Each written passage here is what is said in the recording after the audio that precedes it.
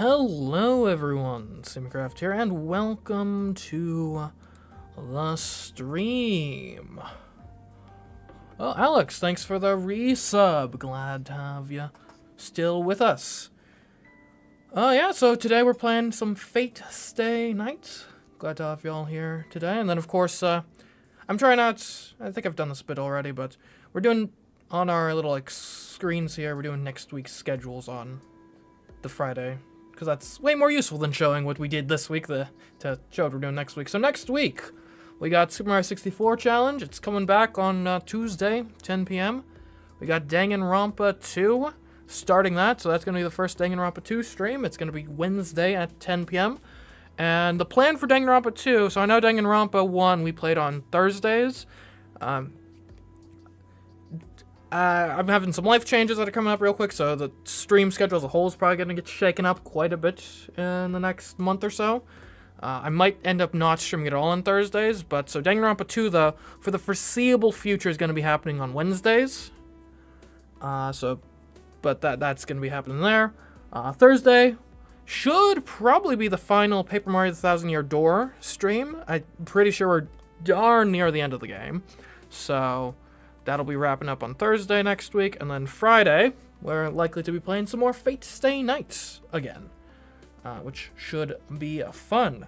In addition to that, and if you've been following the streams and whatnot recently, you probably already know, but I've got to bring it up like every time. Hello, welcome. Okay, hopefully that no signal gets fixed soon. Just on its own, there we go. And actually, hey, I've got a new feature. Camera only. Looky here, we have ourselves merchandise that is orderable. The Evil Key plush. You can own my greatest nemesis. There's a link on the normal layout. It's on the bottom right of the screen, but I'll also be posting links pinned in the chat. We're taking orders of them until September 27th, after which point we likely are never selling them again, so take advantage while you can. We got links in the chat and whatnot, so have fun with that. We will pin that forever. There we go. Yep. And I guess I'll put that in YouTube.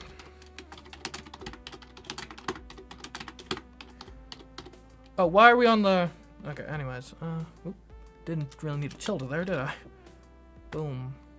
And we'll pin that as well, but first gotta there. I swear the YouTube, like, I don't hate the YouTube like little emoji reaction thing, but do they have to put that UI element in the worst possible place? Anyway, so yeah, there's that. Now let's go back to normal stream cam, and where's the game go? There it is. Okay. Boom. Okay, that should be good. So yeah, if you want an Evil Key plush, buy one. We do need to reach a minimum order threshold of like 100 purchased, so you know, tell your friends if you think anyone might want it, spread the word. But yeah. Anyways, let's go ahead and load. We are on... and it'll be the one that's the most recent time, which is... so, this one, I guess? Oh, these are like seconds apart. Alright. Here we go.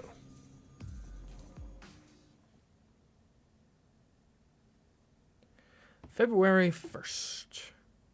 No, February 2nd, actually.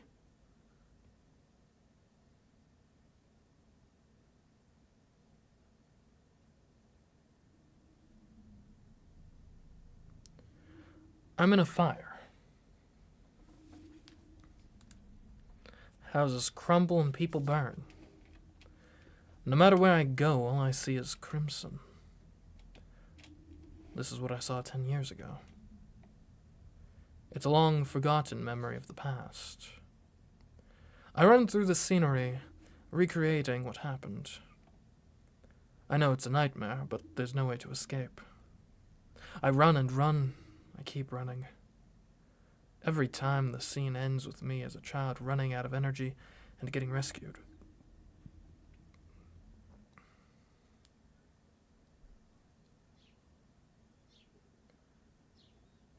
I wake up feeling wrong. A hand to my forehead tells me I'm sweating, even though it's winter. Oh, it's late. The clock reads past 6. I hear the soft sound of chopping from the kitchen. Sakura's early again.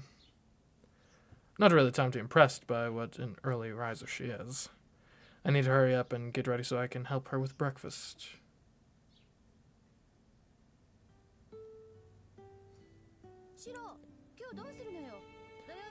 Shiro, what are you going to do today? It's Saturday, so do you have work in the afternoon?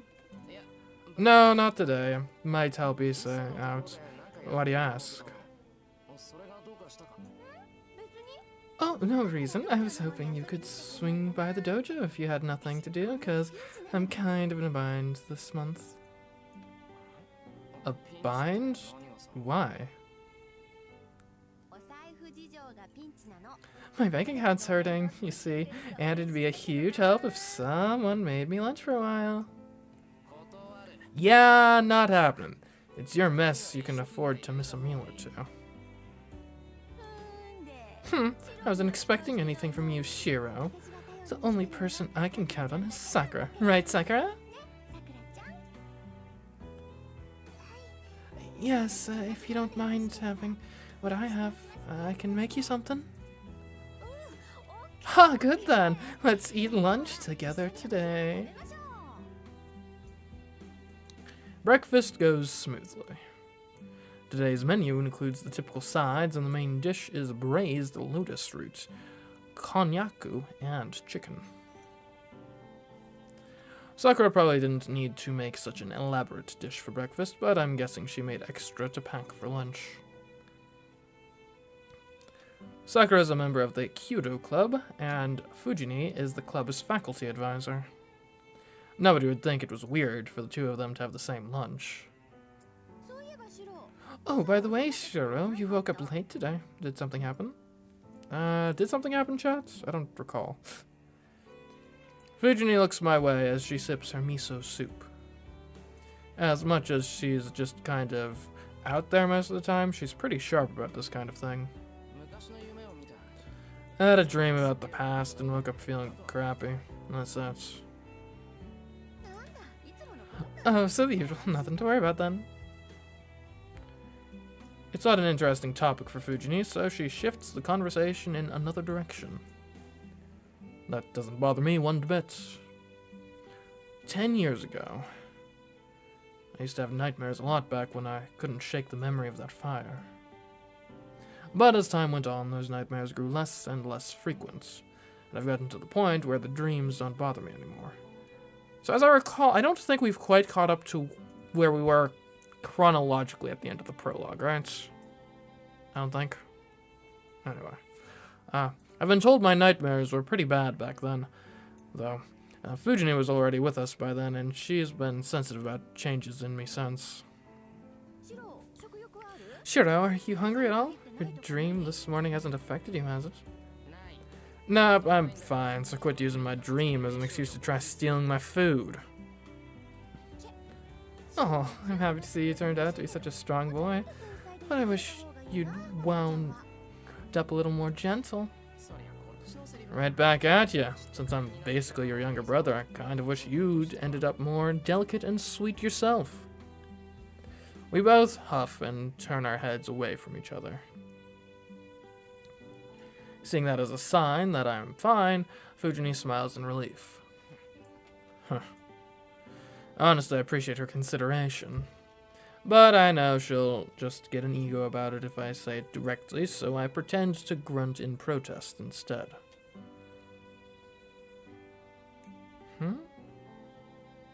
Sakura looks puzzled by our interaction.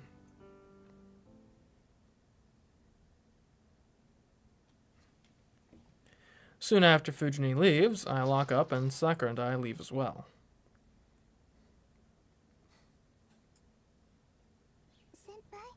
Senpai, I won't be able to come help out from tonight until Monday. Will that be alright? That's fine. Besides, it's the weekend. I bet you have friends to hang out with, so don't worry about me. Oh no, that's not it. It really is for personal reasons, so I'm still going to practice at the club. So if you need anything, just come to the dojo and I'll figure things out. Look, I'm fine. Live your life. You gotta have a life outside of me. And I'm not going to go out just because it's the weekend, so, please don't get the wrong idea. There wouldn't be an issue if you did go out just because it's the weekend. Come on, girl. Live your life.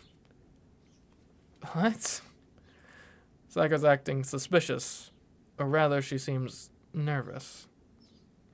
I don't know why, but it's probably just that she can't come over the weekend.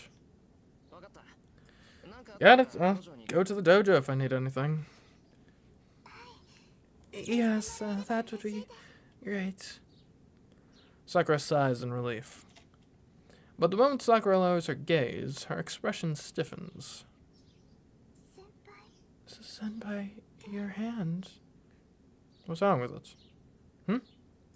Sakura is staring at my left hand. I look down and see blood trickling from it. Oh. Huh.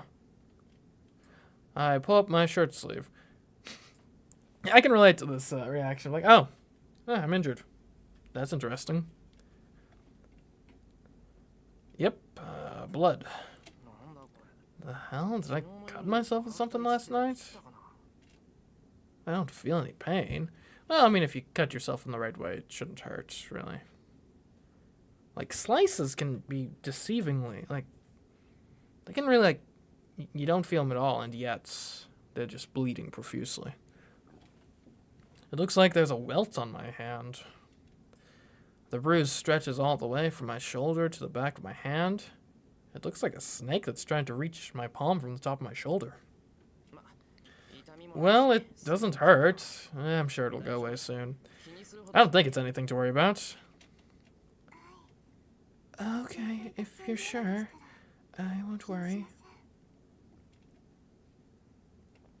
The sight of the blood probably made Sakura sick, since she's keeping her head down.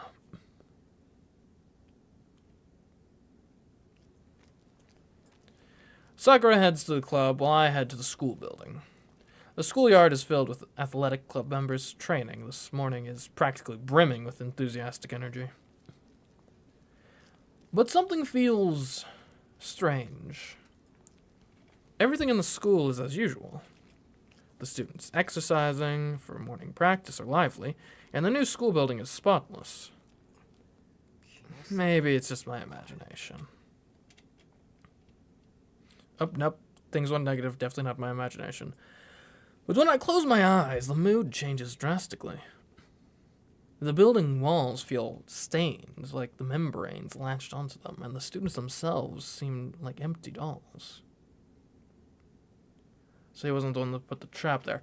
No, it would seem not. I kind of forgot about the trap, but no. Heck, I doubt I even have the skill to put such a trap down. Maybe I'm just tired. I shake my head to clear it and head onto campus. And hope that my phone shuts up. That's probably whomever summoned Lancer. That's certainly the likely scenario. School ends early on Saturdays. Classes end in the morning, but by the time I finish helping Issei, the sun is starting to set. Oh, we had classes on Saturday. Is that like a normal Japanese thing? I don't know, I seemed... maybe, who knows. They do like their education over there, them Asians. I guess it's time to go home. I pack my bag and leave the class. Like, I'm trying to remember back when I played through Princess Maker 5, what happened. I do recall something like that.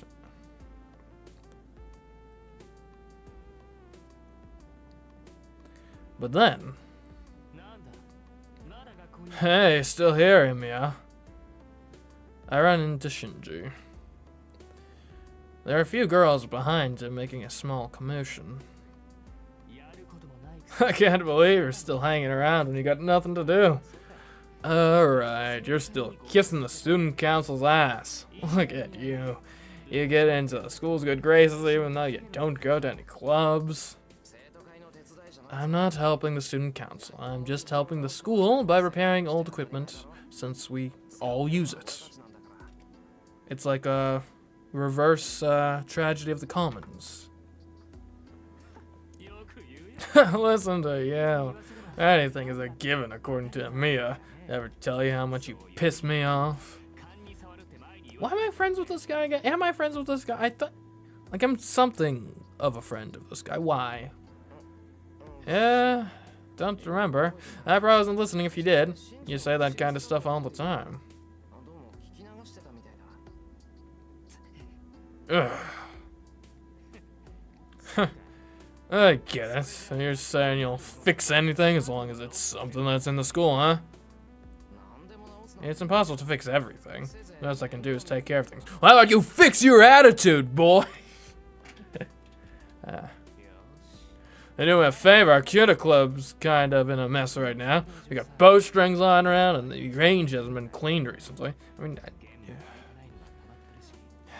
if you got time on your hands, could you take care of that too? And technically, we all in the school don't use the Cuta Club, just the Cuta Club's members. Used to be in the Cuta Club, so shouldn't you be helping us too, instead of just kissing the student council's ass all the time? What? Shinji? Didn't Miss Fujimura tell you to do all that? Yeah, you'll get in trouble if you don't do everything you were told. Well, I mean, technically he'll get in trouble if the things he was told to do aren't done. Slightly different. All the shops will close if you start cleaning up now. If that guy's offering, let's let him do it. Oh, this guy's popular with the ladies, is he? Huh. Not sure what they see in him, but okay. That's kind of mean. Plus, an outsider can't possibly clean everything up. Though, I suppose there's something to be said of, like, if you can get away with, you know, just being a jerk and bossing other dudes around, then it implies he's higher up in the hierarchy of males, which makes him more appealing from the female perspective, I suppose, in theory. Anyway.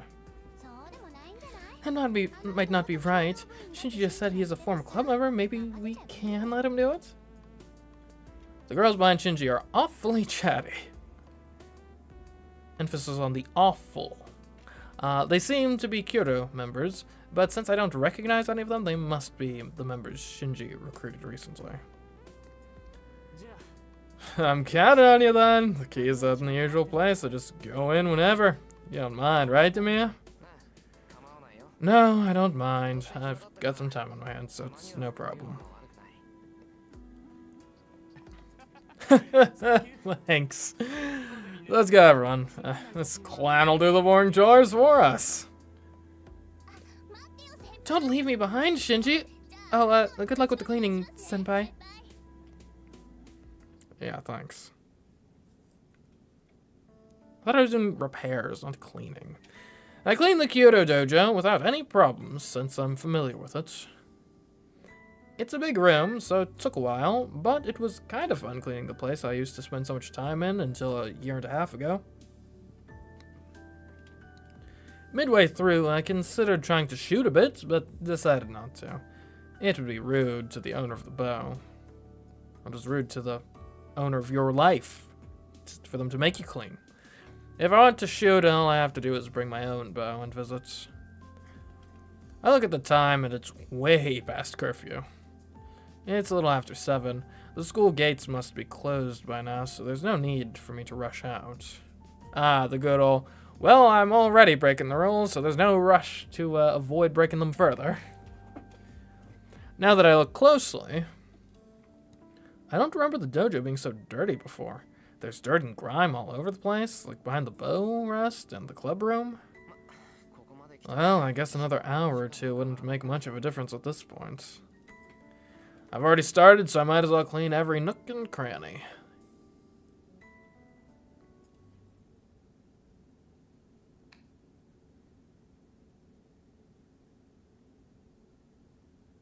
Well, job well done. The wind is starting to pick up.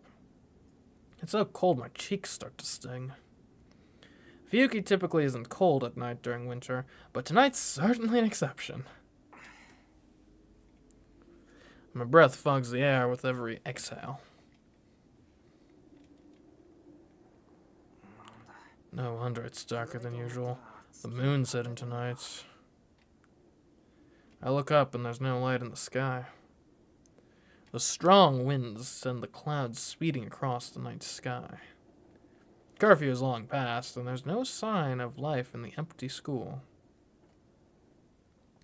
Not so much as a sound can be heard on campus, and it seems to be covered with colder air than any place in town. What the heck? It sounds like a sword fight. I think I heard something.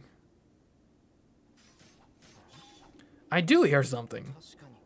Is it coming from the schoolyard?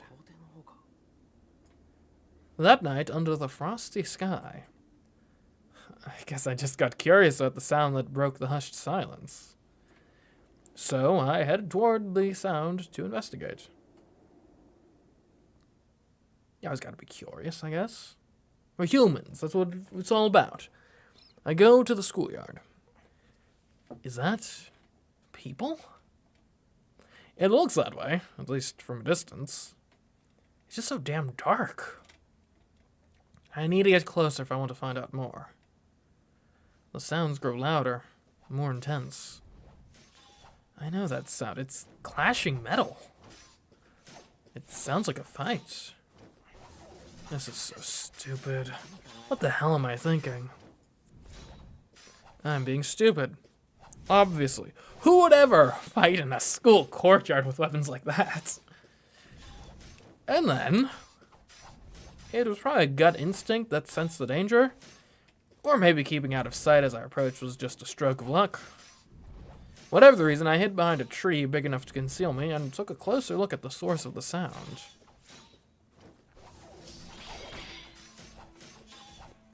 Well done. There, my mind froze. What? I can't comprehend what I'm seeing. A man in red and a man in blue. And the two of them are clad in armor so ancient it's several steps beyond old-fashioned. It's a ridiculous sight, but their rapid, deadly movements make clear that their fight is no joke. I don't understand. I can't even follow their movements. They're too fast. Their movements look so surreal, my mind can't function properly. The sound of their clashing weapons is the only thing convincing me the two of them are actually fighting to the death. But there's one thing I'm sure about. They're not human. They have to be something else, in the guise of humans. My MageCraft training isn't why I know this. Anyone could see that these two aren't human. To start, humans just can't move like that. Nobody should get involved with whatever that is. Yeah, let's just head down, walk on by, get out of there. And I can feel their intent to kill, even from a distance. I'm going to die. My body instinctively knows before my brain kicks in that I just won't live if I stay here. My racing heart is proof of that. I sense they're living things designed only to kill.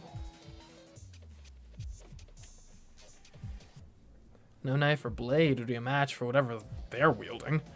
They are clearly meant only to kill. I suddenly remember yesterday's murders. The family that fell victim is said to have been killed by a bladed weapon. Yeah. Those look like bladed weapons for sure. Damn. I shouldn't stay and watch another second. I can't move a muscle. I can hardly breathe. My mind is telling me to flee, but something else tells me it'll find me the second I move. More than any internal conflict, though, I'm just paralyzed. I'm more than 40 meters away from them, but I still imagine getting stabbed in the back with that spear. I can't breathe.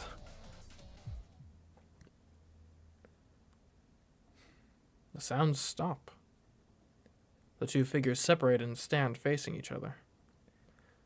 Just as I'm starting to feel a sense of relief that the fight's over, another stronger sense of malice creeps over me. What? My heart feels like it's shriveled up in my chest. The numbness in my body turns to convulsions, and I clench my teeth in an effort to compose myself. Unbelievable. Who the hell is that guy? A nauseatingly high amount of magical energy flows into the man in blue. Kurtsugu once demonstrated to me how to draw in magical energy from one's surroundings. It was a kind of magecraft so beautiful that it impressed even an apprentice mage like me. But this is different. The same way even the simple act of drinking water can look revolting if done excessively. The man in blue appears to be binge eating? The sight is so extreme that anyone with magical energy would find it repulsive. He's going to die. The man in red is dead meat. The attack will be infused with more magical energy than anyone could possibly defend against. He's going to die. That inhuman something in the guise of a man is going to die. But can I... No. Can I... Nah, surely you're not thinking of saving him. That'd be ludicrous. Why would I get involved in this? Hey, Kathy. Welcome to the stream. I'm about to do something stupid, I think. Can I just let this happen? That question shakes me out of my paralysis. My body is suddenly free, and I take a deep breath. Who's there? The man in blue glares in my direction. Dang. The man in blue crouches in a way that tells me one thing. I'm his new target. Is this a visual novel type game? Yes, it is. It is Fate Stay Night. From what I understand, it's supposed to be one of the better ones. My legs are moving before I even have the thought of running. The rest of my body finally realizes it's time to flee for my life, and suddenly all my energy is being poured into doing exactly that. I don't remember where I ran through or how I got there, but I'm in the school building. Real genius here. I regret my own actions as I huff and puff and blow the school building. No, we're not doing that. I should have run toward town. I've got to be the world's biggest idiot thinking I can escape by running into an empty building. A school of all places. There must have been other, better places to hide. And what the hell convinced me I'd die if I didn't run to begin with? Yeah, that's fair. Catching up on the VODs makes a lot of sense for a narrative game. Yep, Danganronpa next week. Definitely looking forward to that. Now that the VODs are... I think the VODs are going to be finished up uploading next week. And then actually there's a bonus. There's going to be... Anyone who liked watching the Danganronpa videos, there's actually a bonus video that's coming out next week after all of the VODs of the streams are up. So... that's something to look out for as well. I think y'all will like that. Good little like capstone slash of that whole thing and launch for the next one. And so what the hell convinced me I'd die if I didn't run to begin with?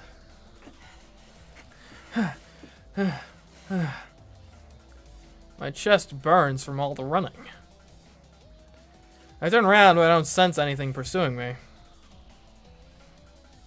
The only sound is my own footsteps.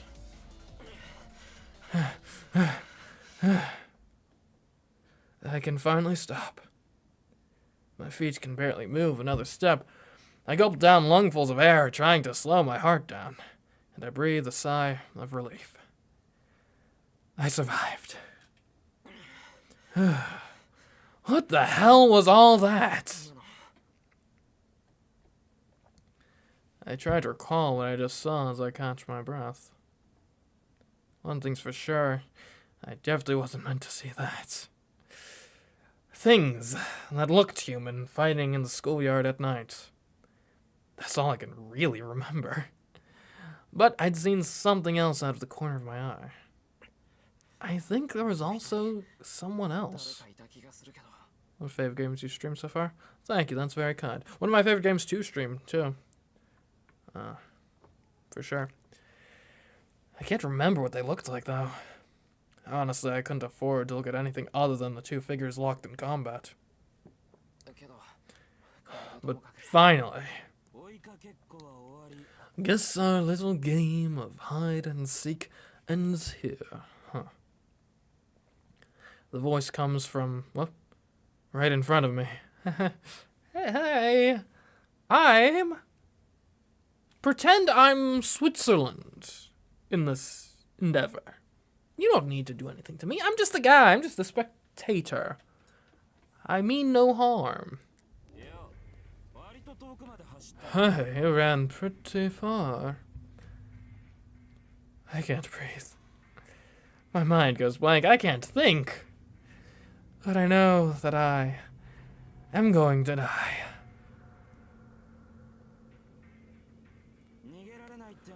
There's no way out of this. You get that, right? Don't worry. It's always like this when you're about to die. Nothing to be ashamed of. And with that, he raises his spear. Sorry, kid. You're just unlucky to die. But you saw what you saw, so you gotta die. Ooh. No mercy, no compassion. His spear pierces my heart. Ow. I didn't even have time to dodge. No training I ever did prepared me for this. I knew I was gonna die. I knew the spear was going to impale me. But I couldn't move.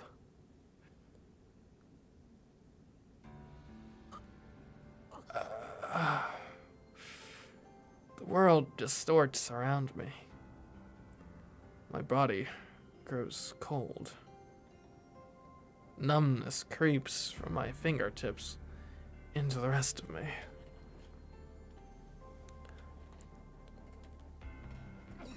I cough up blood once. I felt like there should have been more, but it's just the one cough. Because I wouldn't be even alive long enough for another. That stress have been special. My blood slows and grows stagnant. My heart just stops, all from a single strike of that spear.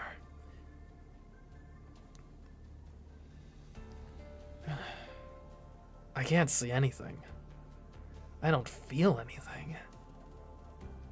I'm like a jellyfish floating in the dark sea at night. I stopped feeling pain long ago. The world has turned white. I'm the lone dark spot.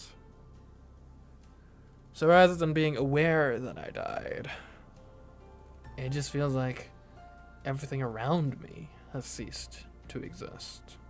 Ooh. This is a really nice prose and really nice description for the feeling of death. I like this. Not having died, I'm just saying that well executed, the description. Because describing, especially from a point of view character, describing death can be difficult, right? Like, I think the worst thing you want to always avoid when you're writing is you don't want character dies and then I died, right? But how do you describe the feeling of death? Something that no living person has experienced satisfactorily. And I think this actually does a pretty good job. I experienced the same thing 10 years ago. This is what dying feels like. Dead men tell no tales, but the weak dying is just the order of things. My eyes can't focus. It's a dirty thing you made me do. After what I just did, calling me a hero seems like a bad joke. I can only hear his voice. I know, I'm not complaining. At least I saw the girl's servant, so I'll head back. He sounds so irritated. Afterwards, I hear footsteps fading down the hallway. Archer, huh? How to settle score? I'm in no position to ruin my master's plans. Damn, my master's a naughty one. Or a nasty one. Nasty one. Yeah. The voice suddenly disappears. He must have jumped out the window. Afterwards, the footsteps I heard earlier stop. There's an awkward silence. Then footsteps again. I can't hear that, well, anymore. Go after him, Archer. Lancer will probably go back to his master. We need to at least find out what his master looks like. I don't know who's talking. I muster up all my concentration as my mind fades, but I still can't put my finger on it. All I can hear now is the sound of my breathing. My lungs must still be functioning. That's good at least, I suppose. I hear a loud whistling sound coming from my mouth, like a passing typhoon. I'm impressed he's not dead yet. I sense somebody peering into my face. My breathing must be loud, as the person reaches their finger out to try to close my mouth. Stop. Seriously. Why does it have to be you? Whoever it is, they grit their teeth, seeming troubled. The moment I hear that sound, the person touches me without hesitation. Forging and replacing an entire heart. Honestly, if this works, I should be a shoo-in for the clock tower. The voice sounds distressed. But at that moment, my fading consciousness finally flickers to nothing. Sensation returns to my body. Slowly, little by little, my bodily functions return, like dewdrops trickling down a leaf. Drip, drip. What's going on?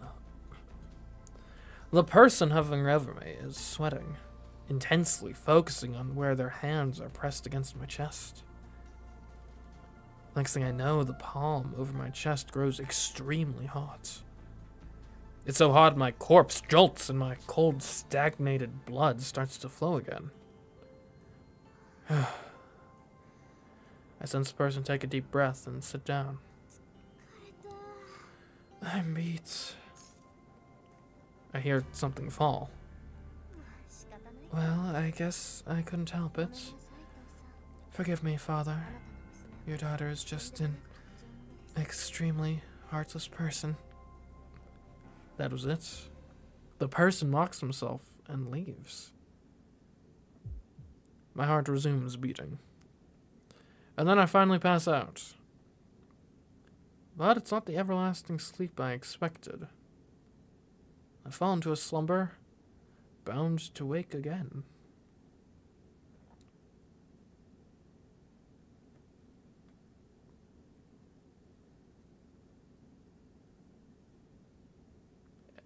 Hopefully.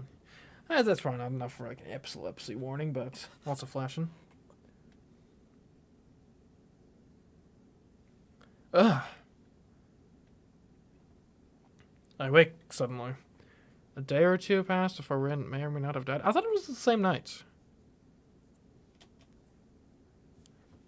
I feel sick and my entire body aches. Every time my heart beats, a sharp pain stabs my head. What happened? My intense headache prevents me from remembering anything. My body is cold and stiff, likely because I've been sleeping in the hallway for a long time. The only thing I can figure out is that the chest area of my uniform is torn, and my blood stains the hall floor. Right, okay. My head feels hazy as I get up. The spot where I had been lying looks like a murder scene. Damn, seriously? Was my chest stabbed? I fight down a surge of nausea as I head into a nearby classroom. Staggering, I open a closet and pull out a rag and buckets. What the hell am I doing? I'm still confused. I encounter something unbelievable. Then it murdered me. But here I am, still trying to clean up after myself. How stupid can I be?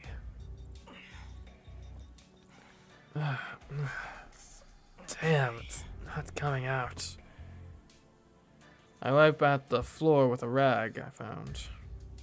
I managed to wipe off the blood despite the incredible weakness in my whole body, then gather up everything scattered around the floor and shove it in my pockets. I will say, had I been stabbed and then brought back, I don't think my first priority would have been to wipe up the blood of the scene, but hey, maybe this guy's just, I guess he's a better guy than me. This may be my way of hiding evidence, or that. Maybe it's just more duplicitous. I must be doing such stupid stuff because my head's all hazy.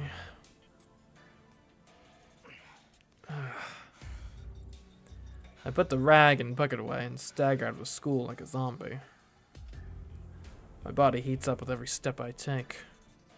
It's so cold outside, yet my body seems to be on fire.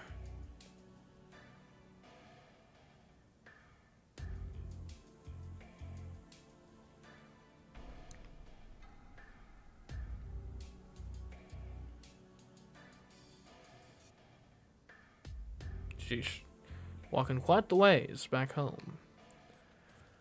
By the time I reach my house, the date has changed. There's nobody in the house. Sakura and even Fujini left long ago. I like that phrasing, though. By the time I reach my house, the date has changed. Which just means by the time I reach my house, it's past midnight. But I don't know, there's just something funny about that. I like it. It's quirky.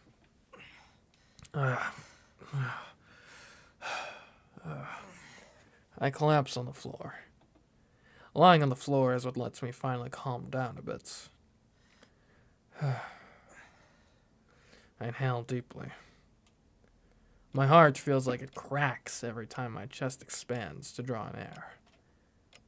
Actually, it's the opposite. It's not that my heart is cracking.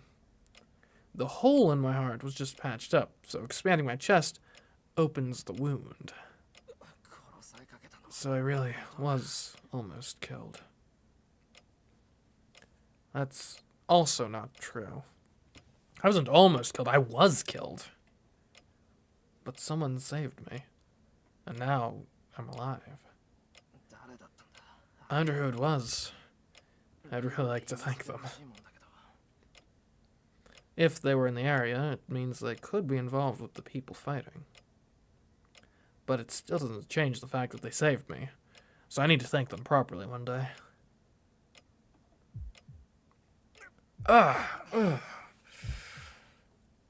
moment I drop my guard, the pain returns. At the same time, nausea strikes me. I sit up to hold the nausea at bay. I place my hand on my bare chest where the uniform is torn. I might have been saved, but my chest was, as a matter of fact, pierced. That feeling, the agony of the spear tip piercing my chest, isn't something I can easily forget. Damn. I'm gonna have nightmares about this for a while. When I close my eyes, I feel the spear thrust again. I try to shake that delusion off, and I make every effort to regain my composure.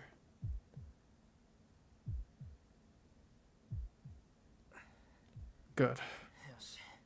I'm calming down. This must be thanks to my nightly training. My thoughts clear as I take slow, deep breaths. The fever and nausea abates a bit. So, about what happened. The man in blue and the man in red. They looked human, but I know they're not. They could have been ghosts of some kind, but I've never heard of ghosts having forms that allow them to interact with humans like that. And the thing was talking, which makes it a little harder to believe it was a ghost, if it had a will of its own.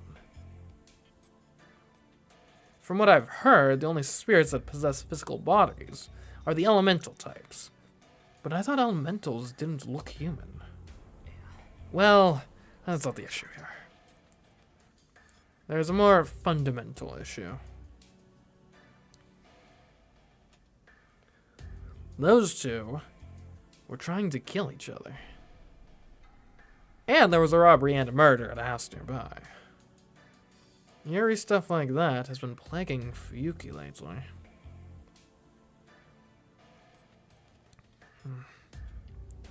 With all of this in mind, the only conclusion I can come to is that the situation is out of my control. If only the old man was alive right now. I guess that was kind of whiny, but I'll put it down to the patched up chest wound that still feels so raw. Idiots.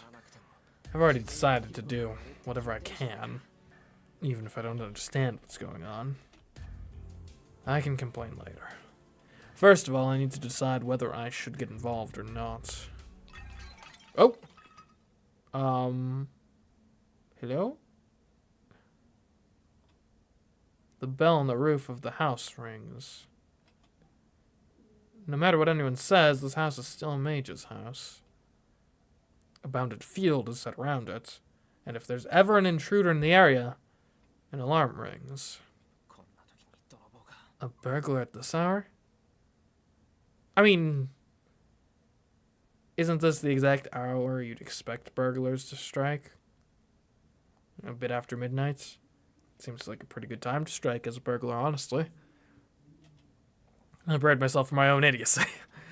Of course it's not a burglar. I live in the nice part of town. Given the timing, right after that weird incident, there's definitely an intruder. It's no burglar. It's not a burglar either. It's no burglar. It's an assassin. They're here to take a life, not property. Because that man said so himself. You saw what you saw, so you gotta die. The house is dead silent. That same murderous intent I felt at school creeps closer through the hushed darkness. I gulp. A chill prickles like needles along my spine. It's no illusion, and it's not my imagination. I know that the moment I leave this room, I'll be stabbed again.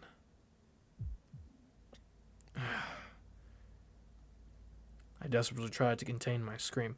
Yeah, come to think of it, in the prologue, we never actually got confirmation that Shiro actually does survive this. The instant I scream, the assassin will just leap right in and kill me. That wound that would just be a repeat of what happened before. I'm not prepared, and I'm going to be impaled again.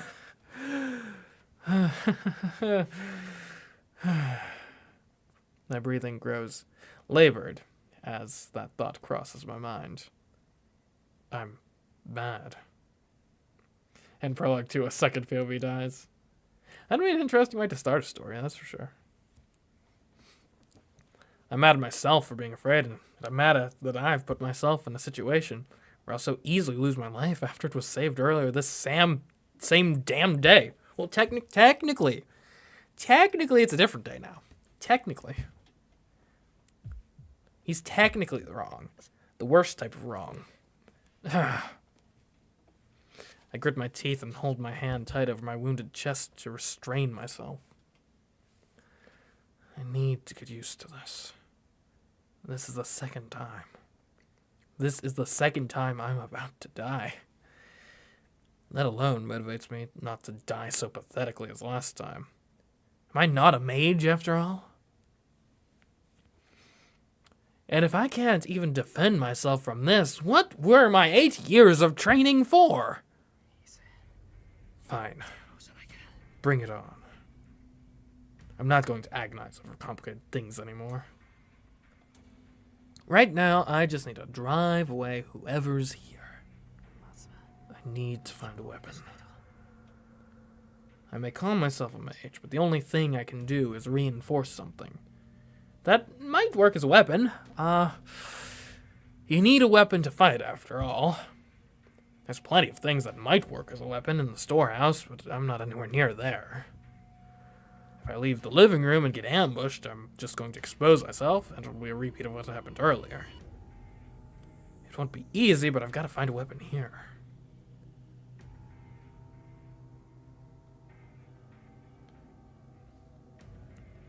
When did we see Sakura talking to the foreigner as Rin? I don't recall. Or it was at night or something, right? I don't know. It's been a bit. Something long and thin would be good. My opponent's weapon of choice is a spear, so a knife would be all but useless. A wooden sword would be best, but obviously I don't have one just lying around. Something around here that might be suitable as a weapon. Like if we've got like a broom or something, we can use that as an impromptu polearm. I can see there's a kitchen over there. What sort of kitchen things would be good weapons? And obviously there's the stereotypical like, oh, use a like frying pan or something, which can work for sure as a sort of, because it's sort of similar in concept to like a mace.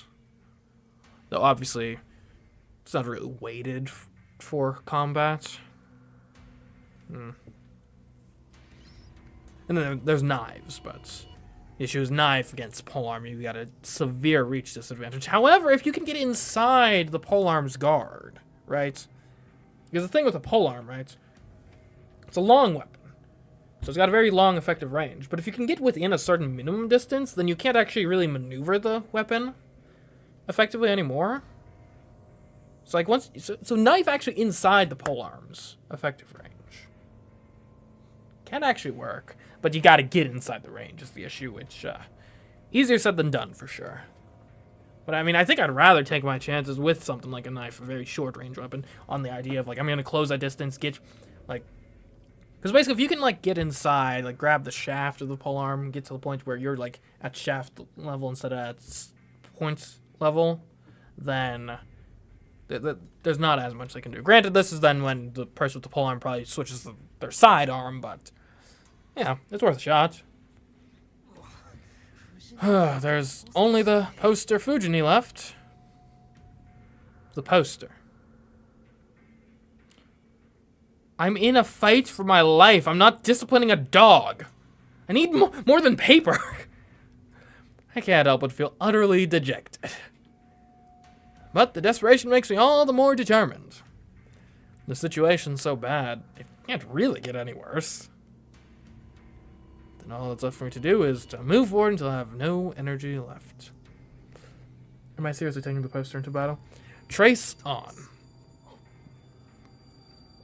I speak my incantation, and I inject magical energy into the rolled up 60 centimeter poster. 60 centimeters, this is even 3 feet.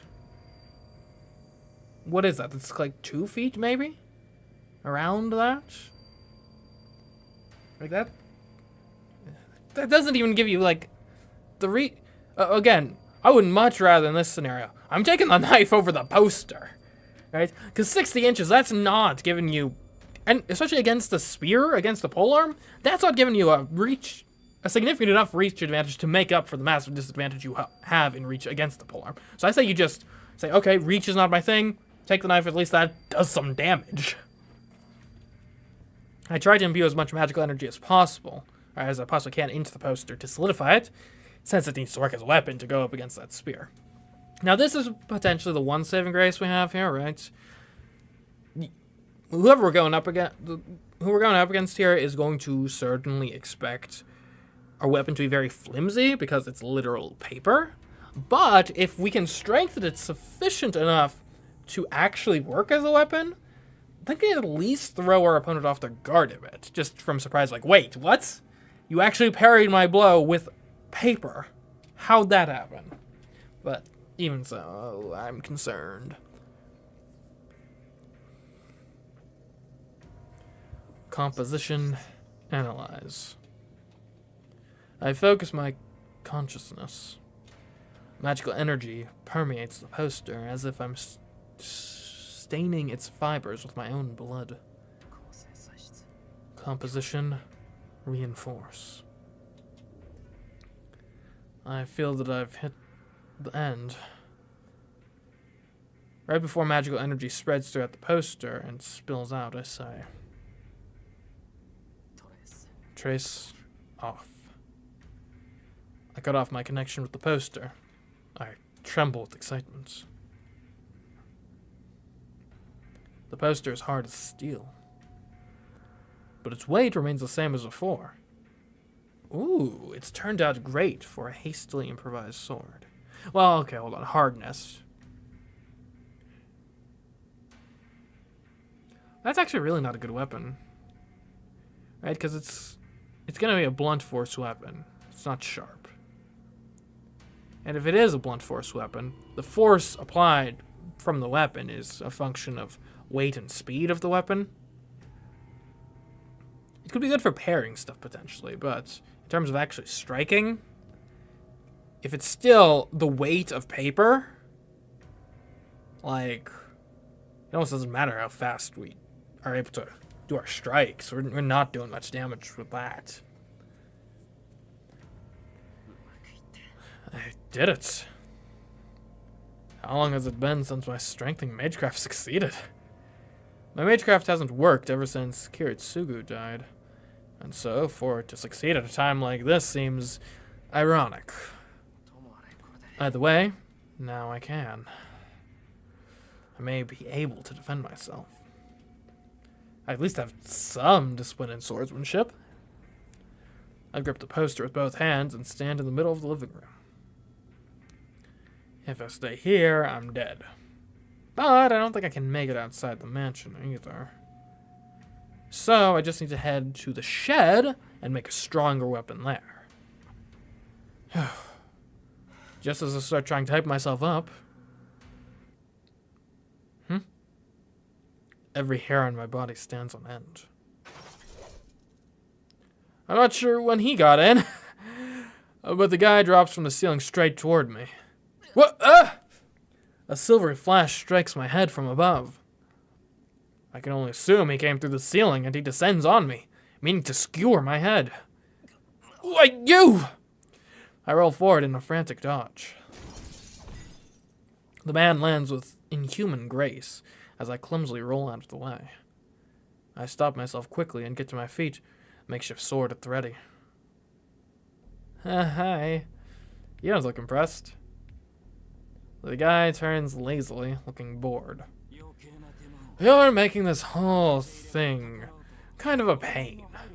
I was trying to be nice, thinking it'd hurt a lot more if you saw me kill you. He shifts the spear to his other hand in a slow, fluid movement. I don't know why, but he doesn't seem as aggressive as he did at the school. Yep, yeah, that's the answer. He's back. Which might give me a chance at escaping him. I can't believe I have to kill the same human twice. Guess the living world is a meat grinder no matter the era. He's complaining to himself like I'm not even here. I slowly retreat back out of the room. There's no way this works, right? Only 3 more meters until I reach the window. I'll run out. Then it's only about 20 meters to the shed once I reach the yard. Then I should quickly... See ya, don't wander around anymore, kid. Oh, he says it almost absentmindedly. Where'd he go? Like it was just an afterthought. Where'd he go?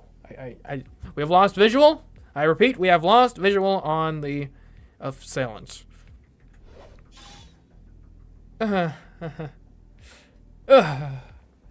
Pain shoots up my right arm. It all happens in an instant. He thrusts his spear forward, not even giving me the time to react. I should have died for a second time right there. Did I not? The makeshift sword in my hand spared me that fate. Okay, I blocked. He probably thought I had just been holding a rolled up paper. He struck as if I hadn't been holding anything at all, but the reinforced paper sword deflected the attack, so it only grazed my arm. Huh. Interesting trick you've got there, boy. His expression goes blank. His casual attitude from earlier vanishes entirely. He watches me now like a feral animal eyeing its prey. Okay, hold on, wait a minute. Maybe I'm safe. Maybe this is fine. Maybe this is all good, right? Because think about it. Why was he killing me before? Eliminate the witnesses, right? Presumably under some sort of like magic, people need to be like secret or whatever. We don't want the word getting out. You can't just let the muggles, as it were, see these crazy battles of like familiars and whatnot. But I've now in this one movement proven I'm a mage, and if I'm a mage, I'm allowed to know the secrets of the mages. Therefore, like, mages know about the Grail War and stuff. He's involved in the Grail War. We know about this stuff, so I don't need to be silenced. I'm already in the loop. Okay? Yeah. I'm good. I'm free. I'm safe. Surely. Crap, I was clearly wrong, thinking things would be okay. The thing before me is some kind of demon, unbound by logic. I keenly realized that letting my guard down even for a second was beyond ludicrous. That's right. Desperate as things are, I should have just made a break for the window right after whatever miracle let me dodge his strike from above. I thought you were just some kid. I can sense a bit of magical energy from you. So that's how you're alive, even after I stabbed you in the heart. The end of his spear points towards me. And if I'm a mage, you don't need to kill me, because I'm not a witness that you gotta worry about. I can't block that. But you'll spare me, right? There's no way I'll be able to block that swift attack. I could have at least braced myself if he had a sword, no matter how fast he might be with it. But he's holding a spear. A sword is a whole line, but a spear is only a point. How am I supposed to block a point when I can't even see how fast it moves? I'm not quite sure I follow the logic here. Because either way, you block, like if you're stabbing with a sword versus stabbing with a spear, it's the exact same motion. Now granted, I suppose if you're slashing with a sword, you can just block via kind of not parallel, the opposite of parallel, perpendicular line, right? So you just gotta get in the way. Whereas if you're blocking like a stab, then you actively need to move something out of the way, right? So I guess there's that distinction. Still, though, you can stab with a sword, of course. Granted, most swords are not optimized for that. Certainly not. Certainly most, like, legitimate, not the... Like, the sort of swords they use in, like, fencing aren't, like... They're, like, real swords. They're not the sort of swords you use for combat. I don't think most swords are as optimized for stabbing as those ones are. Anyways. So I guess I get what he's saying. Fine, I'm going to have a little fun. The man drops into a lower stance. Huh? In a flash, the spear swings in sideways. What? Why? I instinctively parry the blow aimed at my face. Good boy. Come on, here comes another. It's a cyclone. Not sure how he's moving his spear in this small room, but it traces a beautiful arc without even touching the walls. The next swing comes from the opposite side, aiming at my torso. Ugh. The force of the swing bends my makeshift sword as I try to parry. Monstrous! Is that a hammer he's swinging? Damn, the numbness in my arms is telling me that they might be broken. Oh, you! Huh. I instinctively swing my sword. He must be mocking with the way he keeps flicking his spear at my sword without drawing back at all. Ugh. Numbness creeps into my arms after going on the attack. The makeshift sword bends even more. The man's spear changes trajectory slightly. You're helpless. I gave you an opportunity, but you wasted it. Then again, I guess expecting a good fight from a mage is asking too much. He moves like this is just a game. Such confidence.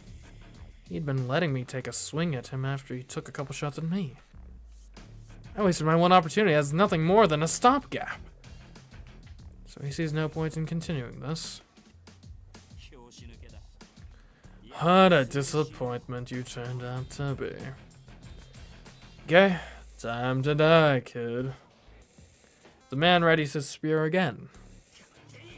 Don't jump to conclusions!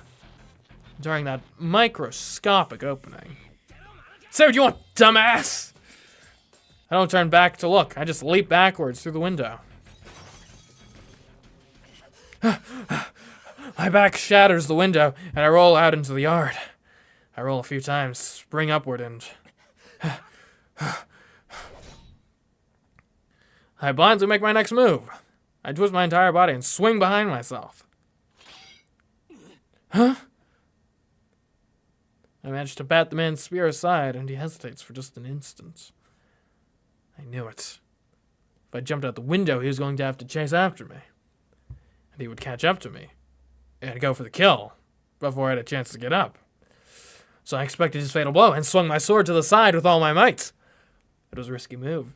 He'd have killed me if I had been even a second late, and I'd have been just as dead if I was early too. But knowing the incredible gap in our skill, I figured there was no way I could have been early. He used the Joestar technique. I'm not sure what the Joestar technique is, but certainly. You know what this reminds me of, actually? It reminds me of the fight scenes from the Robert Downey Jr. Sherlock Holmes films. Right? Because kind of the whole gimmick with the fight scenes in that is, like, Sherlock Holmes is so smart and his mind operates so fast that he, like...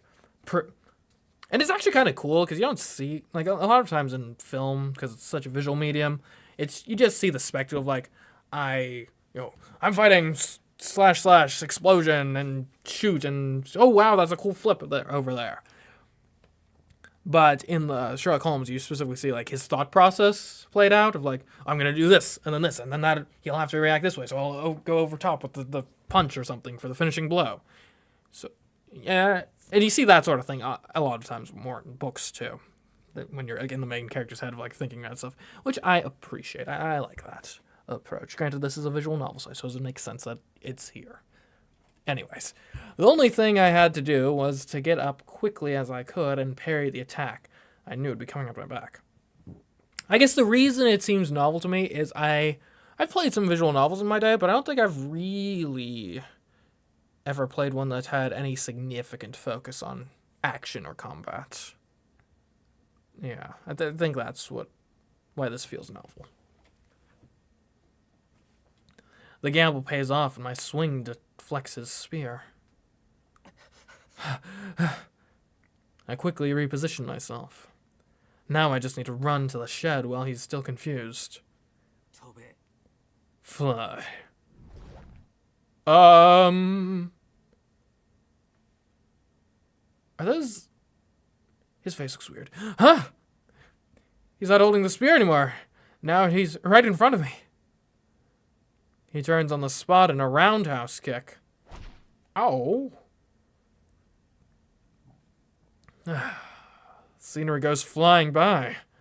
My chest goes numb where he kicked me. I can't breathe. The biggest surprise? I'm actually flying through the air. I never thought a guy kicking me would send me into the air like a damn ball. Ugh. I fall hard onto my back.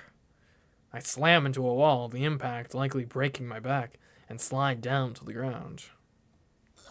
Ugh. I can't breathe. My vision blurs. By a stroke of luck, he's thrown me into a shed I wanted to reach. I lean against the wall, trying to rouse myself. I tried to track the man through blurry eyes. He kicked me nearly 20 meters away. The guy picks his spear up and rushes straight at me. Ugh. I'm going to die. There's nothing I can do now. He is going to reach me. And if I don't want to die, I need to get up and parry his hit. I'm going to... This whole going about to die thing, it's becoming a regular occurrence. Just another Friday for me, really. Well, it's been a good one. The tip of the spear surges. I can't even look back at him. My body, on the verge of collapse, practically greets the spear. Huh? What? Get on your feet if you're a man. Okay? What? Huh? What some luck. My knees give out. I can't hold myself up. Nice. The spear goes over my head and violently impales the shed's heavy door, pushing it open. And this is my last chance. Ooh, from this position, so he's stabbed the door above me. I'm down here. Ooh. Got the perfect opportunity, granted. Who knows, he doesn't seem to be fully human, so this may not work. But we're in the perfect position to flick a foot up and hit him in the balls. And maybe that helps. We'll see. If only I could get inside the shed, there should be something I can use as a weapon. I crawl into the shed on all fours. Just then, this ends now. He launches the spear at me. Roll. Damn you! I block it. I open up the rolled up poster to create a single-use shield. Ooh, that's clever, that's clever. The impact makes a dull sound. The poster, unrolled, probably isn't as strong. It blocks the spear, but it tears apart, returning to a normal bit of paper. The spear's impact flings me against the wall. I fall on my butt and try to get my heart beating again after it feels like it's trying to quit on me. Don't I raise my head to try to grab something to use as a weapon. It's over. But that last move of yours surprised me, kid. Dan points a spear in front of my face. I can't do anything else now.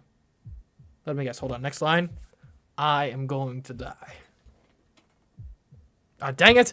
I was wrong. His spear is pointed directly at my heart. I know this feeling.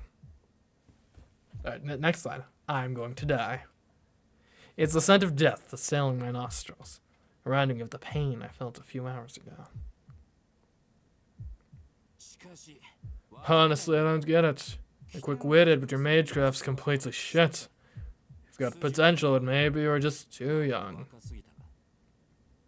Well, you don't have to kill me. Why do you need to kill me? I don't hear the man's voice. My attention is focused on the weapon pointed at me. Obviously. The moment he thrusts, I'm dead. What else is there to think of at this point? I doubt maybe you were the seventh one. Either way, this is the end for you. His arm jerks. I wasn't able to see his movements earlier, but now I see every last one in slow motion. There's a bolt of silvery lights. The tip seems like it's being drawn towards my heart. Blood will gush from the wound in just a second. I know this feeling. That sensation of iron piercing my body. The taste of blood that will well up in my throat. That feeling of the world around me fading. I experienced all of it earlier today. And now I'm going to have to experience it again. Really? I don't understand. Why do I have to be the one who goes through this? This is bullshit. No, I can't die in vain in a place like this.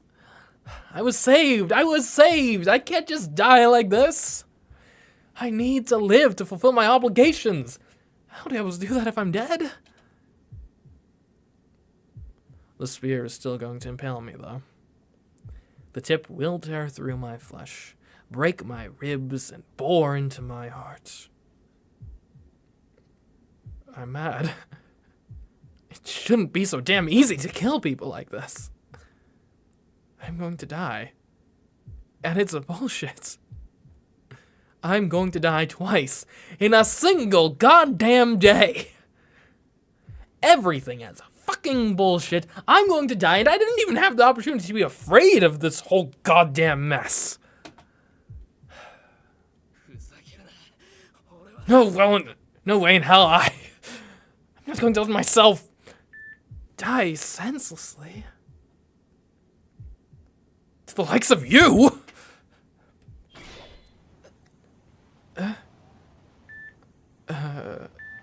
Is absolutely the right word for this moment. What? Like magic. A figure appears out of a bright light shining from behind me. I can't think. All I know is that the figure is a girl. I hear a high-pitched sound, and the moment the figure appears, it pushes aside the spear pressed to my heart and steps between me and the man without missing a beat. Are you effing kidding me? The seventh servant? He tries to regain his composure after his spear is pushed aside as the girl brandishes something in her hand. Sparks fly. Hard metal clashes and sparks fly again. The man stomps his foot after blocking the woman's attack. Ugh! He must have realized he's at a disadvantage because he leaps out of the storehouse with bestial agility. She must intimidate him, but she quietly turns towards me.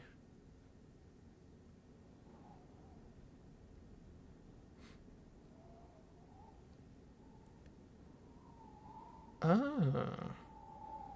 I know you. I remember you. You killed me before in a previous life. The wind is strong today. The clouds slide away, and the moon shines through for a brief instant. The silver moonlight shines into the shed, illuminating the girl who appears like a knight. I am speechless. And it's not because I'm confused by all the things that just happened. The girl before me is so astonishingly beautiful that I'm at a loss for words. The girl's eyes, like precious jewels, stare at me without emotion. I ask of you, are you my master? Her voice sounds so valiant. Master? I can only repeat her words back to her. I don't understand what she's saying, nor do I know who she is. All I know is that this slender, delicate-looking girl is similar to the man outside.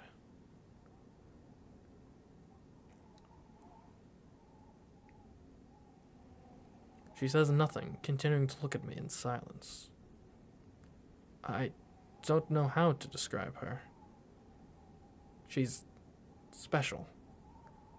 So special that I forget entirely about the man outside, even though he might attack at any moment.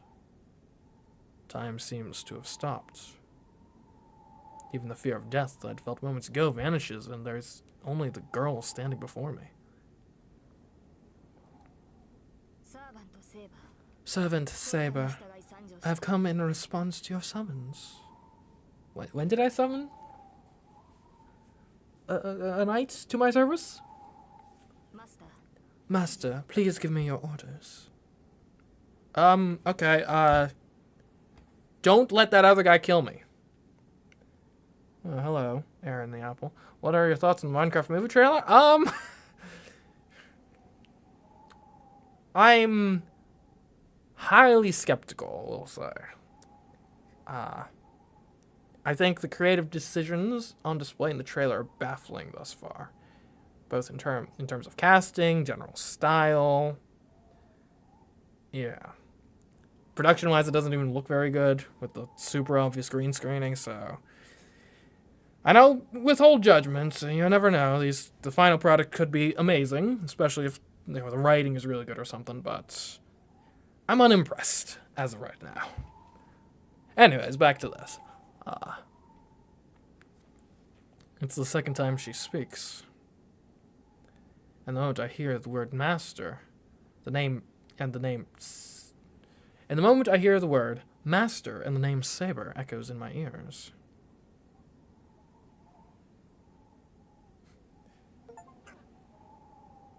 Ugh. Oh, I got an achievement.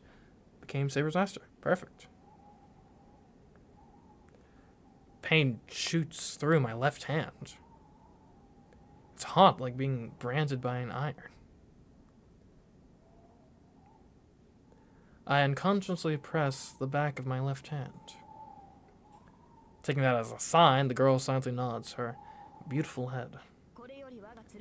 Henceforth, my sword creates your destiny, and our fates shall be intertwined. And thus our contract is formed. What? Contract? For what? Am I installing a new pool? Do I need a new video editor? Like, what's going on? I'm still mage in training, so I understand what those words mean. But the girl doesn't respond to my question. She simply looks away with the same grace she'd shown when she nodded. She turns toward the shed's ruined door. Outside, the man readies his spear.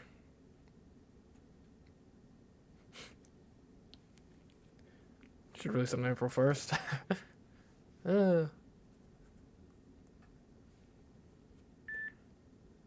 Would be fitting, maybe. She moves faster than expected. The girl in knight's armor leaps out of the shed without hesitation. And the other thing that baffles you about the Minecraft movie is obviously we don't really have that much in terms of details of the plot or anything, just from the one trailer that's been released so far. But I will say, just based on the setup thus far, I would be shocked if it doesn't end up being basically a ripoff of the Jumanji movie they made a while back, where it's like a video game. Like, it seems, just based on the setup that they've described, it seems like it's probably going to be basically that. Which, granted, from what I understand, I haven't watched that movie. I think it was fairly well received, but it almost doesn't matter because knockoffs generally do not replicate the quality of whatever they're knocking off.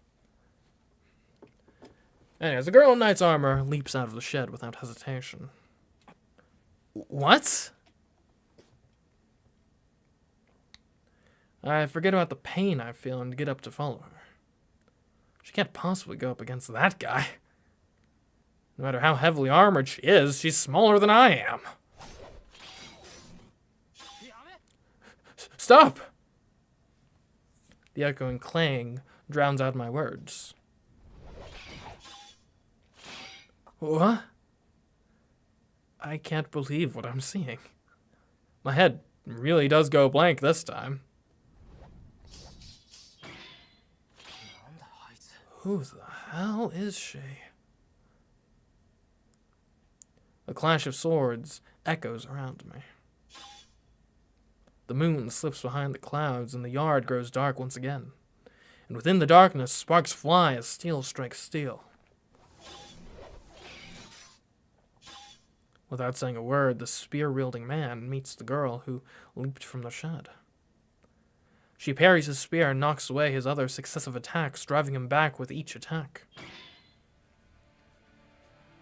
Ooh, this music's nice. I can't believe it. This girl, Saber, is somehow overpowering the man. The battle has begun.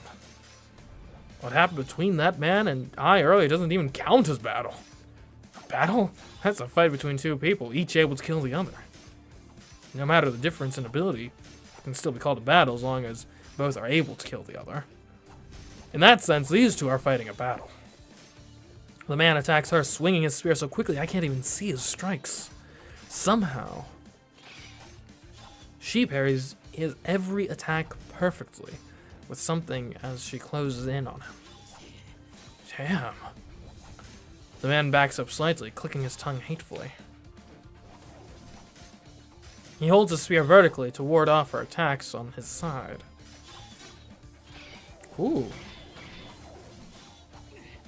For a moment, his spear glows. His attack almost looks like it caused an explosion.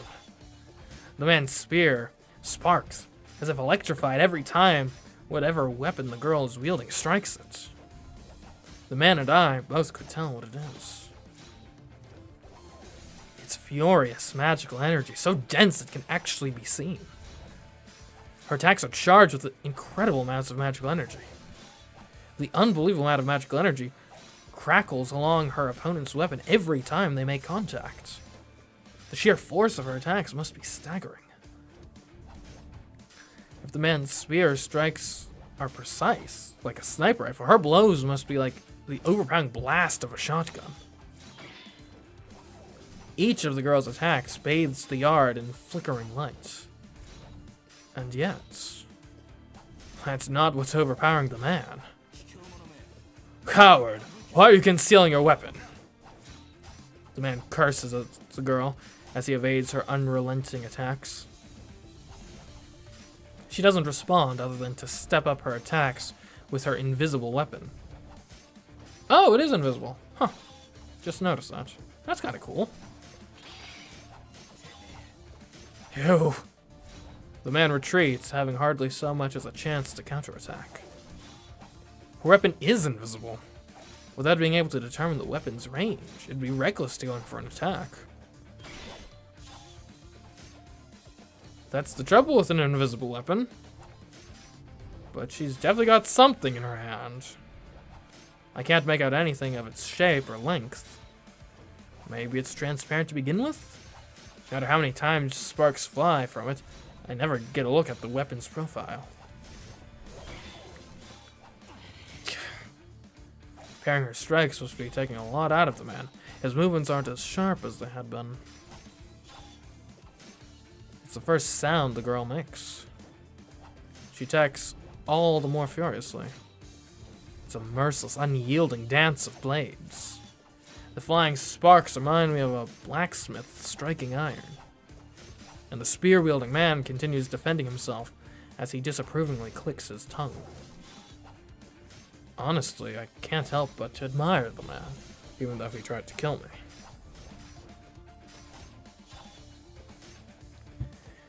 He's able to defend himself from an invisible weapon, relying only on reading the girl's swings and footwork. That's all he can do. When an opponent is so completely on defense, the only thing you need to do is beat them down. The girl steps in closer. She smashes down, striking with all her might. Don't get carried away, fool. Seeing his chance, the man disappears. Or rather, he retreats back as if to disappear. The girl's swing cuts through the air and smashes into the ground, kicking up dust. Her massive swing, which seemed to be a fatal blow against the corded spearman, proved easy to dodge. That fool, what the hell is she thinking? Even I could tell what happened, even at this distance. Her careful, precise attacks earlier may have worn the man down, but the tremendous swing meant to deal her finishing blow wouldn't ever touch him. Lorenzo's attacks must have put incredible strain on the man's body as he tried to defend himself. Yet he suppressed that pain for a single moment to jump away. He knew that her last attack would determine the victor. Ha! The man jumps back several meters, then comes in to strike once again, the moment his feet touch the ground. He jumps in a triangular pattern and leaps toward the girl as if revisiting his steps. The girl's sword is still embedded in the ground. It's a fatal opening! The red spear returns in less than a second. The girl twists her body around like a top. Her sword is still embedded in the ground. The whole thing happens in a matter of seconds. The man sees his mistake and tries to correct, as the girl uses this brief moment to use her whole body to attack. Ugh! Both the man and the girl seem unsatisfied, though. Both struck intending to kill. Both survived, so everything leading to this moment was in vain. The two open a bit of a distance between themselves. They both just quietly stare at each other. The strain the battle inflicted on them seems to be too much.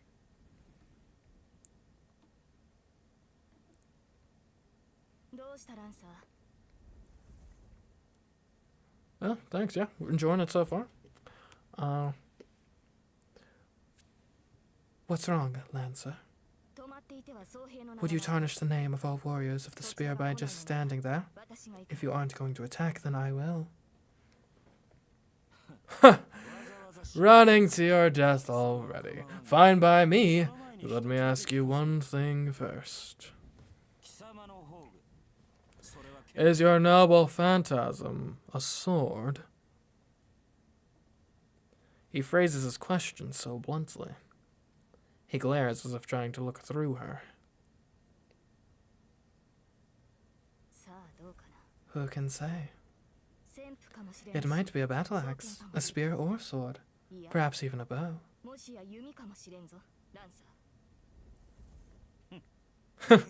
Keep talking, Saber. Somehow this conversation seems to be amusing him. The man called Lancer briefly lowers his spear. It looks as if he's saying he doesn't want to fight anymore.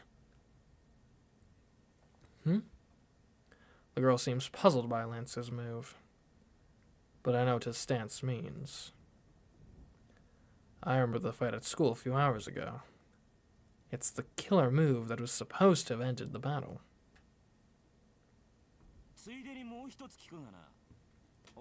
I'm going to ask you one more thing. Since this is the first time we've met, want to call it even for now? Not a bad deal, right?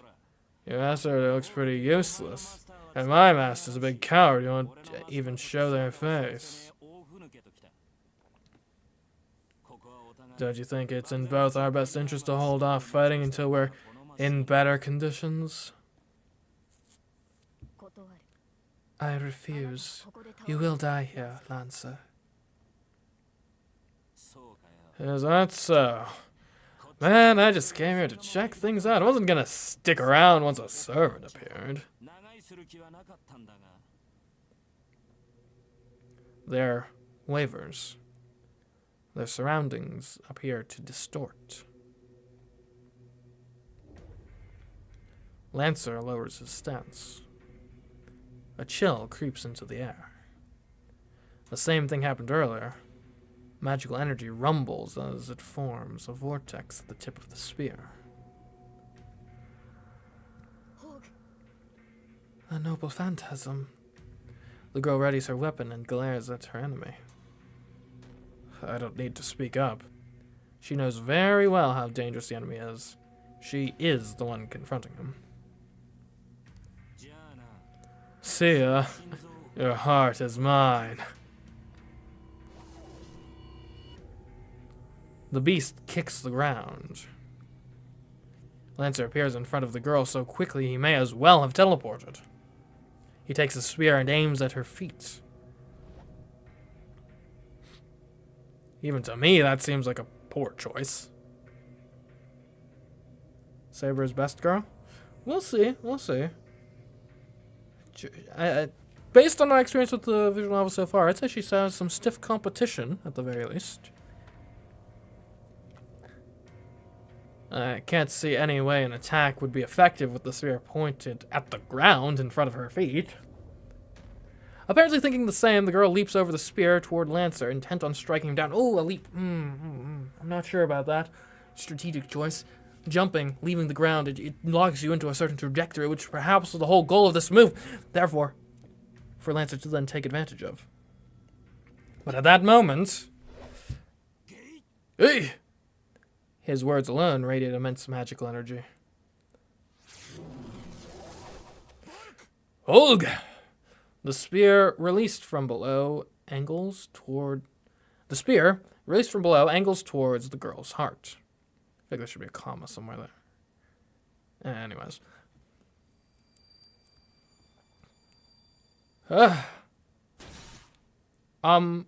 Excuse me? Her body hangs in the air. The blow sends her flying in a wide arc. She smashes heavily into the ground. Okay, good. She's not... Well, she got hit, but... She's probably fine. And I recovered from getting launched across. Oh, she's not looking good. She's bleeding. She had been unscathed until now, but her heart is pierced, and she's bleeding profusely. This seems bad. A curse, or a reversal of fate.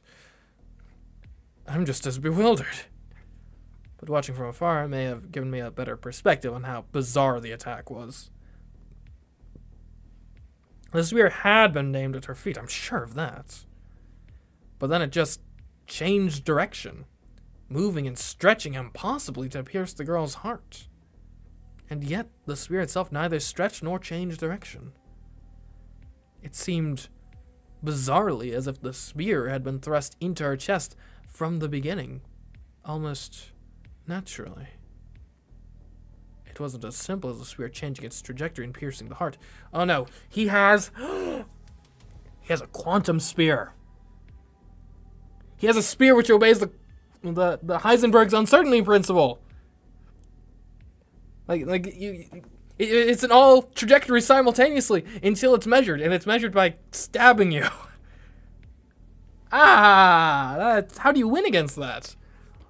The spear didn't change course. It altered truth itself to make that happen. The moment he spoke those words and released his spear, the intent of piercing her heart had been realized. Essentially, his attack reversed cause and effect. The result of the attack, piercing the victim's heart, is predetermined, so the spear's trajectory is merely an afterthought to establish the facts.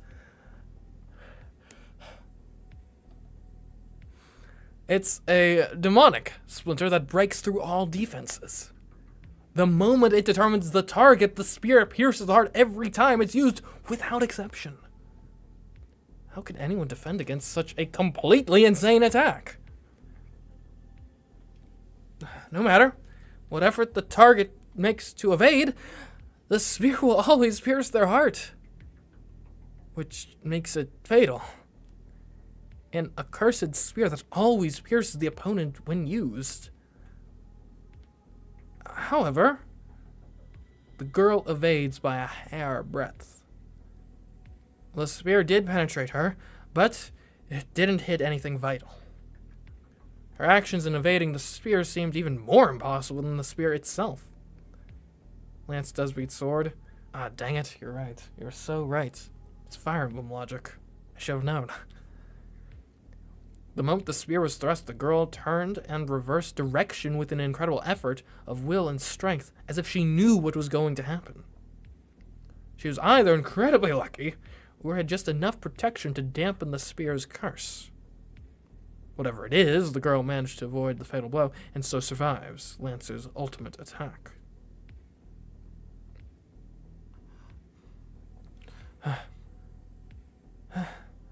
The girl tries to get her labored breathing under control. Although she had been losing a lot of blood, or a lot of it, blood stops seeping from her wound, and even the wound itself is closing up. Huh. I guess she heals pretty quick. That's nice.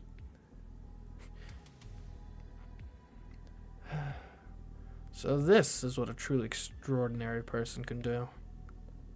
I knew she wasn't normal, but she is more than outstanding.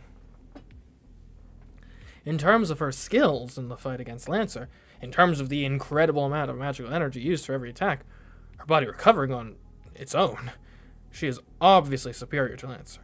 Like, I will say, scene construction-wise, this is a very nice scene, a very nice sequence of events here. Because simultaneously, it builds up both characters in the scene, right? Both Saber and Lancer here. Because, you know, obviously Lancer, the obvious one is, like, Lancer's amazing skill here of, like, he can just decide, yeah, I'm hitting you, and that's just going to happen, which is insane. But also the fact that she was able to counteract that to an extent, it builds her up too, which is impressive.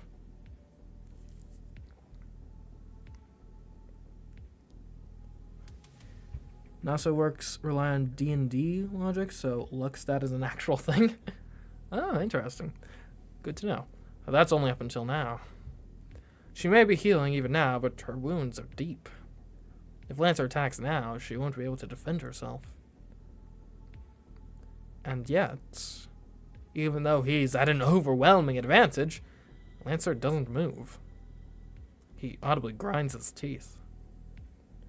And he glares at the girl. How the hell did you evade my fatal Gebolg saber? His voice seems to rumble up from the ground itself. Did you say Gebolg? So you're Ireland's child of light. Oh. Oh, okay, okay. Lancer's expression darkens. Okay, so if it... Irish. Interesting. I'm not really up on my Irish history and mythology, unfortunately. His hostility dissipates, and he clicks his tongue in annoyance. Damn, screwed that up. If I pull this move out, it's really gotta be fatal. Sometimes being famous is a bit of a pain, you know. The only thing I'm coming up with, like, there's St. Patrick. I'm not sure if St. Patrick is known for having wielded a spear. The oppressive mood lightens. Lancer no longer seems to have any intent of attacking the wounded girl. He turns his back as he walks to the corner of the yard. Now that my identity's been revealed, the usual servant rule said we should fight to the death. But, like I said, my master's a coward. They've been telling me to retreat since my spear failed. Are you running away, Lancer? Fall if you like, Saber. Just know that if you do, I'll kill you. He lightly bounces off the ground. It's a wonder how agile he can still be, but Lancer jumps effortlessly over the fence and disappears before anyone can stop him.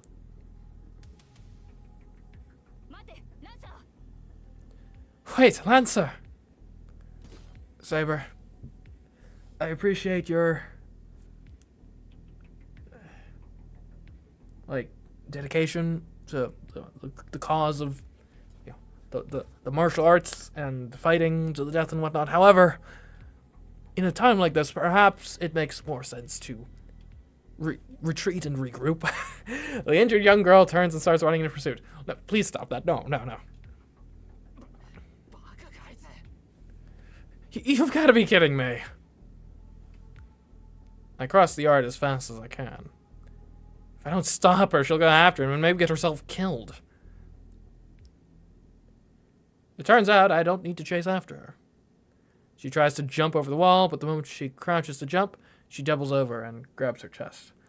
Okay, good. Well, I mean, it's not good that she's injured, but good she didn't run off.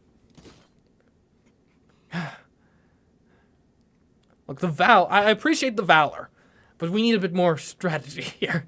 I hurry over to check on her. Well, tended to just approach and call out to her, but that went right out the window the moment I got near her. She is completely unbelievable. The shining silver armor she wears looks extremely heavy. The clothing she's wearing, dated as it is, is a bright, vivid blue. I've never seen anything like it. No, her clothes are not what really enthralls me. She is absolutely beautiful. Her golden hair, illuminated by the moonlight, is extremely fine as spun gold. Her face is graceful, with a trace of innocence, and her smooth white skin all but glows in the moonlight. I'm speechless. Her beauty completely takes my breath away. How'd this happen? Seeing a girl wounded in a fight made me absolutely furious. As I stand there gawking, the girl remains silent, her hand clamped over her chest. I managed to quit staring pretty quick. She lifts her head and lets her hand fall from her chest, her pain seeming to have eased. You know, that's no reason for you to go run off and hunt this guy down. I'd right this second, okay? We need to talk. We need to have an actual strategy meeting and figure out what we're actually doing here. She looks directly at me. I don't know quite how to respond to that gaze, but then I notice something. Your wound's gone. The spear missed her heart, but it did pierce her chest, yet there's no outward sign of a wound. I've heard there's a kind of healing magecraft, but she didn't seem to use anything like that. That must mean she can heal herself, no matter how wounded she is. My mind switches gears. I shouldn't be gawking at her. The girl is unbelievable, and absolutely should not let my guard down around her until I know who she is and what's going on. Who the hell are you? I take half a step back as I ask the question. What do you mean? I am Saber, a servant. You are the one who called me here, so you needn't ask. Saber. Servant. Yes, so please address me as Saber. She says it so casually. There's a touch of contempt in her tone, but it remains mostly gentle, and hearing her voice makes my head go blank. What? Why the hell am I getting agitated? I see. That's a weird name. I cover my burning face with a hand and respond stupidly, but I honestly don't know what else to say. Besides, how else would she respond? And I just ask her what the hell she is. And it'd be rude for me to not respond. I'm Shiro. My name is Shiro Emiya, and I live here. There's something wrong with me.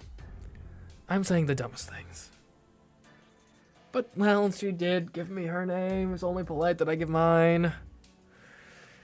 I know I'm confused, but it's still important to remain rational, no matter who I'm dealing with.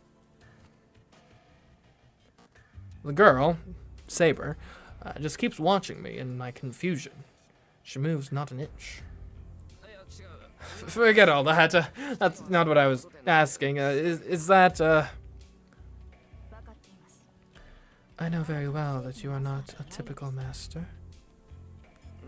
Eh? Yet you are still my master. As long as we have formed a contract, I will not betray you.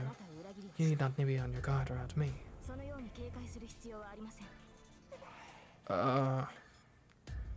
Crap. I hear her, but I couldn't be more lost.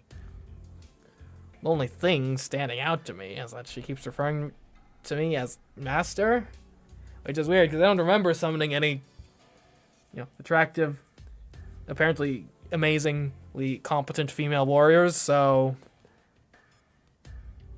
that actually is kind of weird because in the prologue when we were ridden for a bit, it was like this whole very involved, very particular process to summon a follower, a familiar, which even just like she kind of botched hers slightly just by like, oh, I was slightly off in the timing. Whereas me, I didn't even try, and now I've got, as I recall, I think Saber was the one that Rain was trying to summon in the first place. Because Saber's apparently, I think, the best one? So, I don't know how I just kind of randomly got the best one. Just kind of fell into that without even trying, but, I mean, I'll take it, I guess. You've got it wrong. My name's not Master. Very well. Then I will call you Shiro. Yes, I like that better. Though when she said my name, I thought my face might actually burst into flames. Isn't it a bit more normal to call someone by their last name when you first meet? Yeah, in Japan.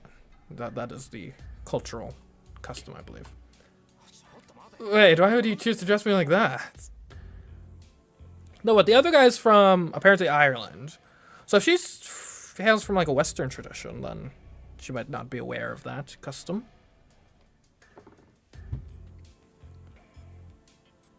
Ah! A strange sensation tingles through my left hand. And, I mean, in all likelihood, she seems to be from a Western origin, just based on her outfit and stuff. And that's striking me a lot more as, like, Western sort of knight. It's hot. The back of my hand is burning. A strange pattern appears on the back of my left hand like a tattoo. And so what? I believe, in theory, all of the people, of the followers are supposed to be based on, like, historical or mythological people. So I wonder who she's based off of.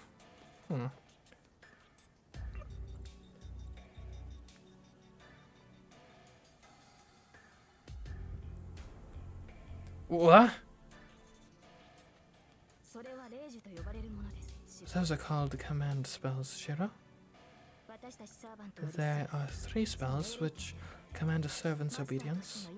They are a master's very life, so please use them carefully. On you? Shiro, please heal me. Do I know healing magic? I'm not sure I know healing magic. So seemingly weak, more strategic mage gets the strongest, and the strong act first. Think later mage gets the strategic summon. Fun. Yeah, I guess that is kind of how it seems to have gone. Her tone is cold now. You know, in theory, it really shouldn't be that difficult to kind of logic out who she is, right? And there aren't that many female swordswomen. I don't know, I'm just going to say female swordsman because it sounds better. To go off of. It seems she's not focused on me, but something elsewhere. Wait, are you asking me? Sorry, I don't know how to use complicated magecraft like that. And you're already healed anyway. And the only, or not the only, but like the most obvious, like, oh, we'll do like female medieval looking swordswoman. Could be Joan of Arc based, I guess. I don't know. I don't think Joan of Arc would be. Joan of Arc would not be like a super overpowered sort of person though, because her whole thing wasn't really combat for the most part. It was more so like her effect on the morale of the soldiers that was useful in the 100 Years' War. I don't know.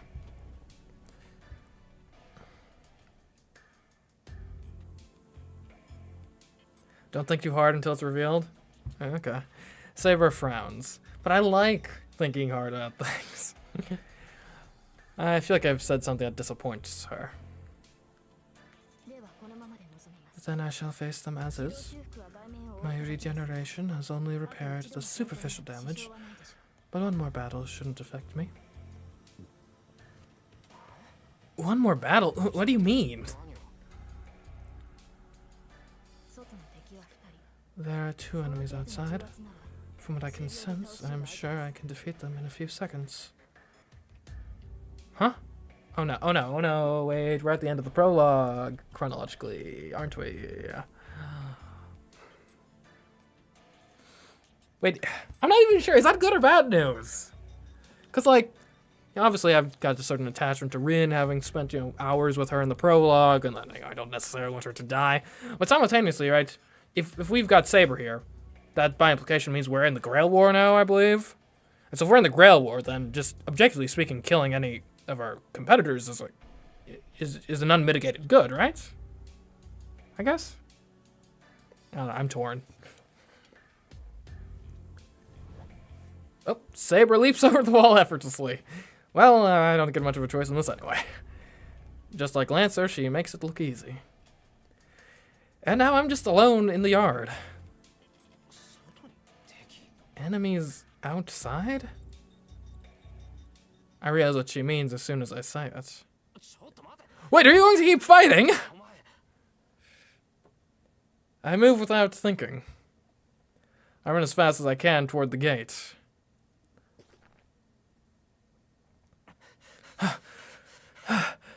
I reach the gate, unlock it with trembling fingers, and jump out. Saber! Are you here? I strain to see in the darkness. Clouds have completely obscured the moon, leaving it pitch dark. Now of all times. But I hear something nearby. There! I run to an empty pathway. It happens all in an instant. I see a familiar man in red and Saber fighting. Saber rushes him and breaks through his guard in a single sweep. She easily cuts at the man in red. Saber raises her arm ready to... But before she's able to take his head, incredibly powerful magecraft causes him to vanish. Saber doesn't stop. She dashes right at the person standing behind the man in red, and effortlessly negates the potent magecraft they'd unleashed. What? I knew she was strong, but this is just unreal. That was a sort of intervention magecraft way beyond anything I'm capable of. Most magecraft is way beyond anything I'm capable of. But nevertheless, well, man might have been able to cast something with a bit of weight to it, but I'm not sure even a first-rate mage could just cast something so powerful at the drop of a hat like that. Even so, Saber nullifies the magecraft as if it were nothing. The enemy must be a mage, which means this match's outcome is decided. The mage's attack doesn't work on Saber, and Saber drives at them mercilessly. The mage falls backward with a thud. The enemy miraculously dodges Saber's attack. They can't move anymore. Saber corners the enemy and levels her invisible sword at them. My mind freezes. Maybe it's a momentary glimmer of moonlight. I will say, real quick, the invisible sword, I wonder if that's, like, going to continue, like, trend with her, like, that's just her weapon, is the invisible sword? Or if that's just, a limited time thing or something? It's an interesting choice of weapon, though. Very cool, I will say. And certainly the strategic benefits are obvious. I wonder if there's any further meaning behind it, though. Anyways. But I see that Saber is attacking a human. Makes sense. I can't tell who it is specifically, but the image of Saber killing someone, their blood staining her hands, suddenly fills my mind. Saber moves in. She's going to slit open their throat with that invisible sword. Saber, stop! I scream as loud as I can. Her blade stops cold. It's probably best for my sanity that I can't see her sword. But the tip of that invisible sword isn't wet with her opponent's blood. Just yet. Stop! I beg you, Saber. I glare at her as I speak. If I'm going to stop her, I need to prepare myself to give everything I've got to do so. Why are you stopping me, Shiro? She is Archer's master. I must put an end to her, here and now. No! Saber has absolutely no intention of stopping. She only stopped because I told her to, but she still holds her sword at the ready. I'm telling you. Wait. You keep calling me master, but I still don't understand what's going on. If you're going to address me that way, then wouldn't it be right to explain yourself first? She does not look happy. Saber doesn't answer. She just stands there, staring at me. We're going about this wrong, Saber. I don't even know who you are, but I'll listen if you tell me. So please, don't do this. Saber is silent. She still holds her sword to her opponent and stares at me, her lips downturned in dissatisfaction. What do you mean, don't do this? Is this an expression of your idealistic belief that people should not needlessly harm another? Well, I mean, yeah. That's kind of generally how society tends to like to work these days. Don't needlessly harm another? Well, yeah, it's better to avoid conflict as much as possible. But I'm not so soft-hearted as to feel sorry for someone who's attacking me.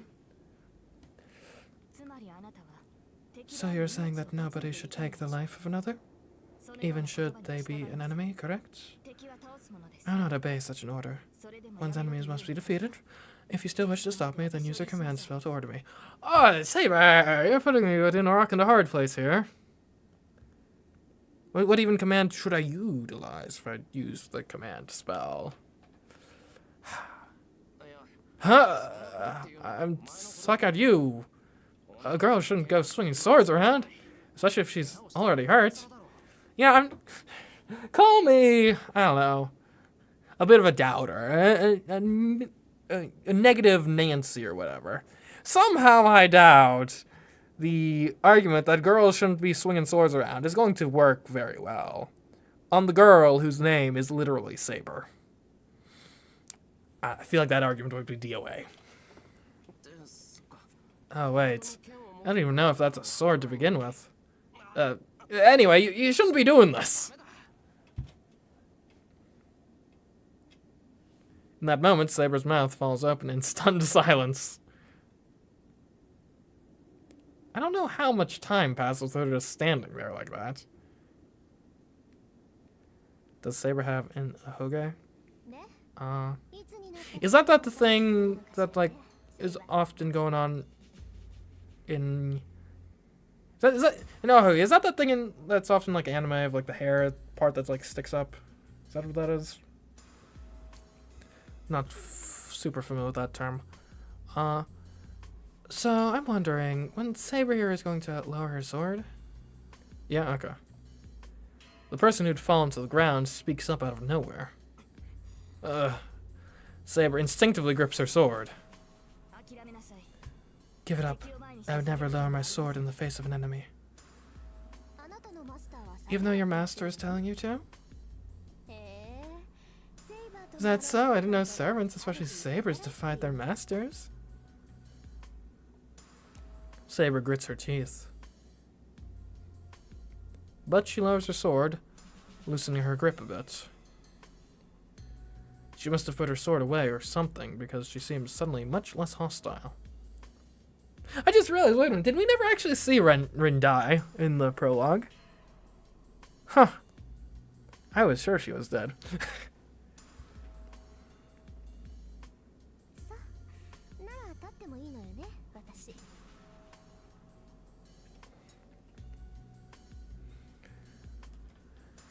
Okay, so now I can stand up now, right?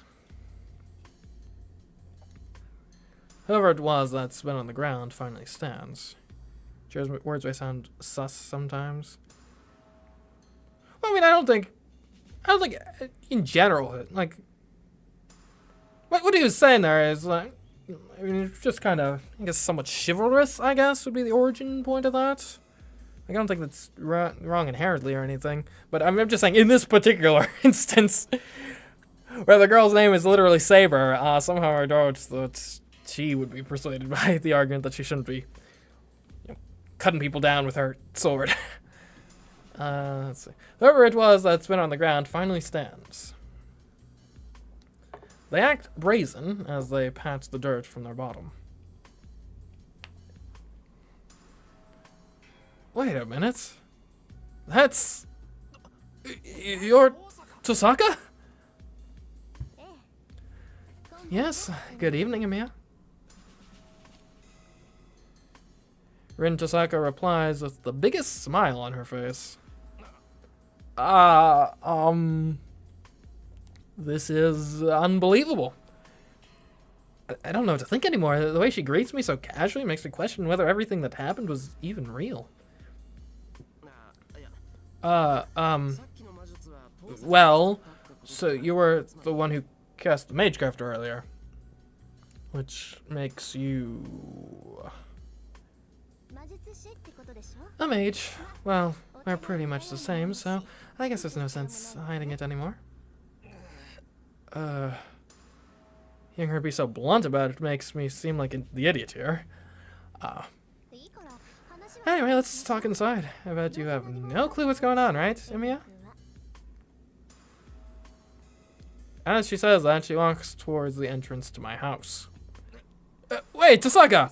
What the hell are you thinking? You can't invite yourself into my abode. I have to invite you. At that moment, when Tosaka turns around, her smile has changed into something completely different.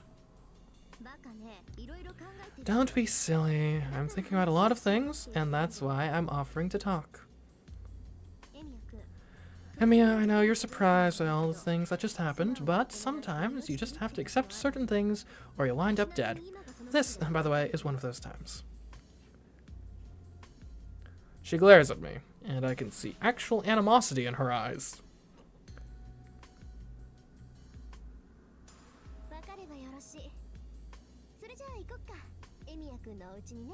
I see what you're saying. Okay. Gotcha. I'm glad you understand. Now let's get inside. Tosaka walks through the gates. She seems really pissed. Well, I don't blame her. Just a moment ago, she had a sword pointed at her, and she was about to die. But still... maybe it's my imagination, but I think the Tosaka at school and the one I see right now are completely different people.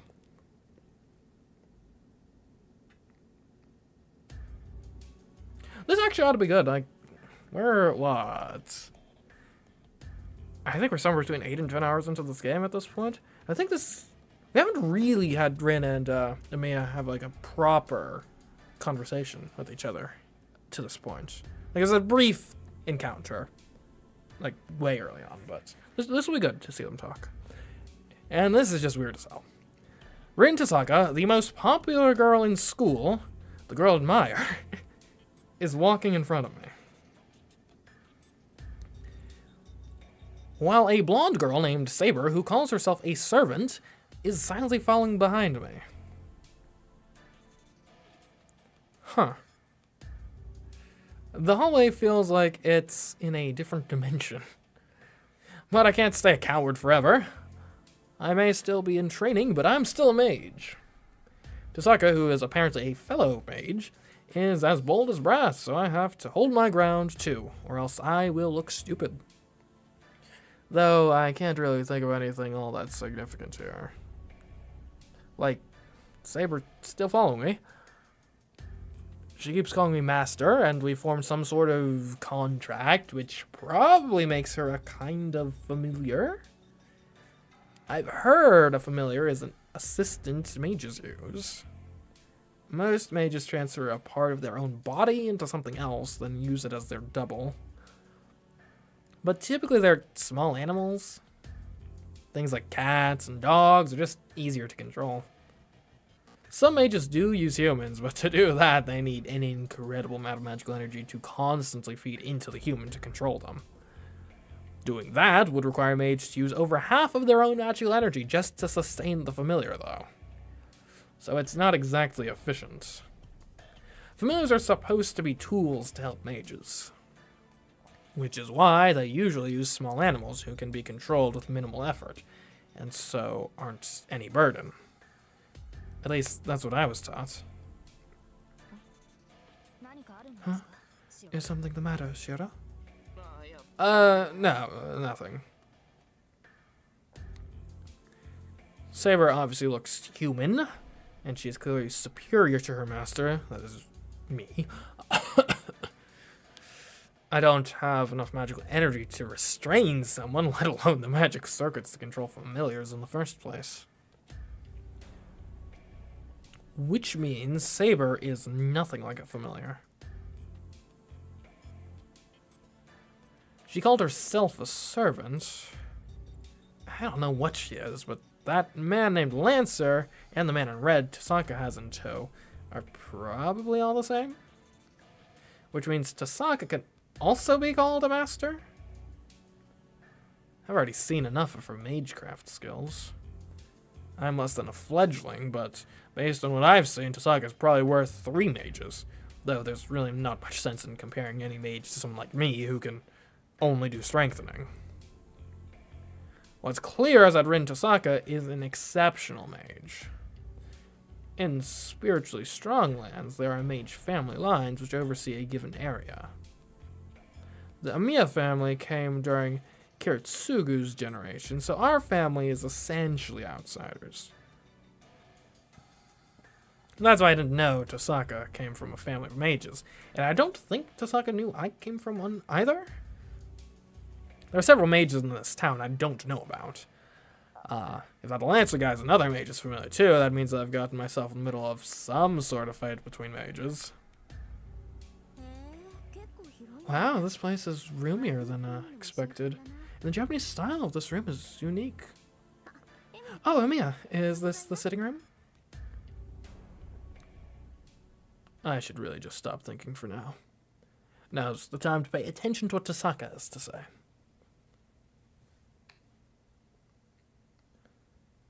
I turn on the lights. It's already past 1 in the morning. Whoa, it's so cold in here. Hey, the windows are all broken. Yeah, we had a bit of an issue before you arrived. That's not my fault. That Lancer guy attacked me. I didn't have time to worry about windows. I see, so you're fighting that guy all by yourself until you summoned Saber? Well, fighting is a bit generous, but yeah. I'd say I was more of a punching bag than an opponent, really. Huh. So you don't try to act all tough. I see. So you really are exactly as I thought. I don't know what's so amusing to her, but Tasaka walks over to the broken window. Oh, does she know, like, magical window repairing skills? Tasaka picks up a broken piece of glass. She stares at it for a second.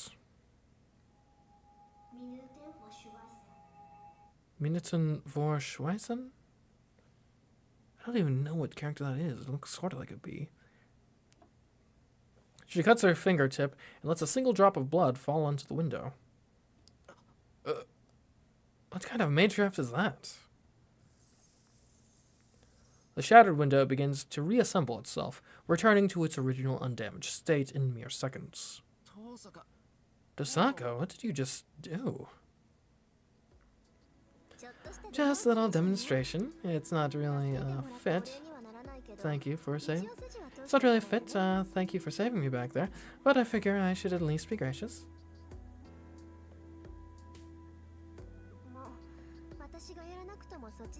Well, I'm sure you would have fixed it without my help, since doing it this way is just a waste of magic energy. I know you could have just replaced the windows, but I'd rather not tack in the cold. She says all of this like it's a normal thing. Rin loves her random German spells, so it would seem. Her skills are just beyond my comprehension. That's amazing, Tasaka. I can't do anything like that, so I appreciate you fixing it. What? You can't do this? That can't be right. Handling glass is one of the most basic skills. Fixing broken glass is like an entrance exam for any school. Well, I'm homeschooled, magically speaking. Is it now? I only know what my old man taught me, so I don't really know what you'd consider the basics. Huh? Josaka stops abruptly.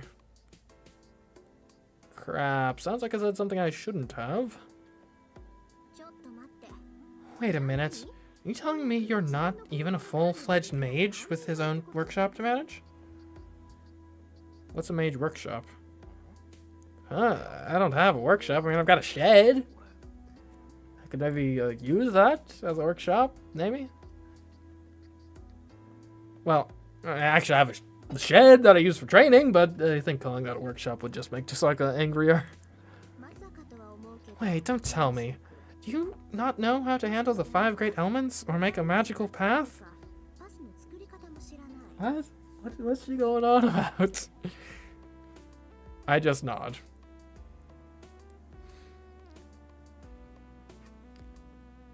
That's a lot of disdain in that look. That's terrifying. Beautiful as she is, she gets intense when she goes quiet. So you're what? A complete amateur?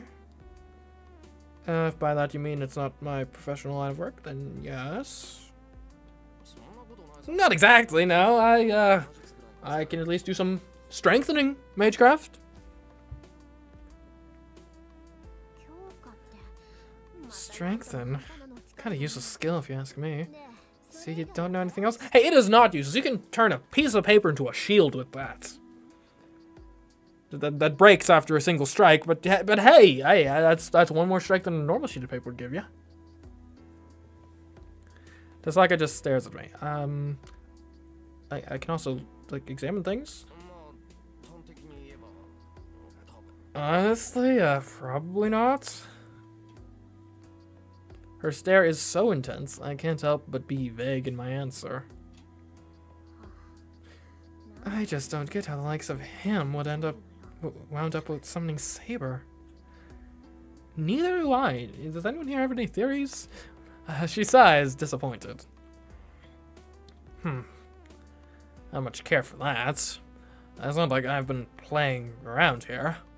Sure, I'm not a full-fledged mage, but that's not the issue here. Fine, what's done is done, so there's no sense complaining now. More importantly, I owe you and need to pay you back. Josaka takes a breath. So, let's begin. Let me start by asking, do you really not know anything about the position you're in here? More or less. I nod.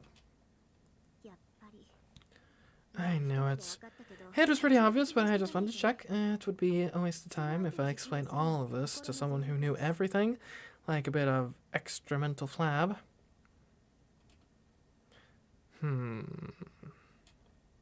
That was a really weird way to put that, but I feel like if I get smart with her, she'll smack me. Will not spoil it. That's fair. I wasn't actually, to be clear, I wasn't actually asking for anyone to spoil it. I was making an offhand comment. As in character, basically. Should be more careful with my verbiage, though, I suppose. Let me get straight to the point, Mia. You've been selected as a master. You see those sacred marks in your hand? They vary from person to person, but they're typically on the back of your hand or arm, and there should be 3 strokes of command spells engraved there. They're the mark that proves you're a master. Back of my hand. Oh, you mean this? Right, take care of it, since those are spells that control servants. They're called command spells, and as long as you have them, you can give orders to your servants. What do you mean, as long as I have them? Command spells are absolute orders. You might have already figured out that servants have free will, but those engravings in your hand overrule their will and force them to obey. There's no need to chant any kind of incantation. They activate when you think about using them. But each time you use one, you'll lose a stroke, so try to keep yourself to only using 2. Okay. That's a fair point. Anyway, just be careful. I'm pretty sure you'll die the moment you run out of command spells. Like, intrinsically, or Or would that just be like a secondary effect? I'm going to die? I mean, you should be used to it by now, right? Masters. Defeating Masters is pretty much how a Holy Grail war goes. And the Master who defeats the other 6 is rewarded with the Holy Grail.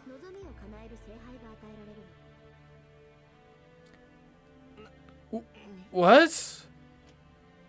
Oh, hold on a second. I don't understand what the hell this saga is saying. Masters defeating Masters? And then they're granted the Holy Grail? Is the Holy Grail the Holy Grail? Still, don't get it? Look, you've basically been dragged into a game. It's called the Holy Grail War, and it's a battle between 7 masters. It's a fight between mages that won't end until only one master remains. Jessica talks about this like it's the most normal thing in the world. Everything she says swirls around in my head. I was chosen as a master? Jessica claims to be a master. Familiars called servants. And the Holy Grail War. A battle to the death between 7 mages. Okay, wait.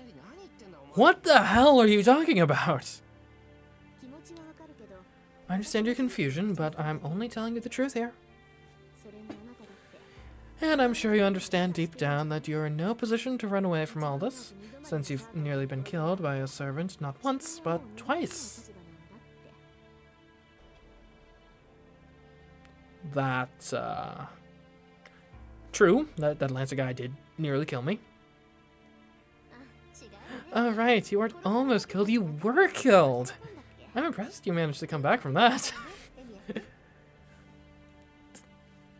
That's a good quip. Especially combined with that particular, like, pose. Like, oops, that's good. That's some good stuff right there.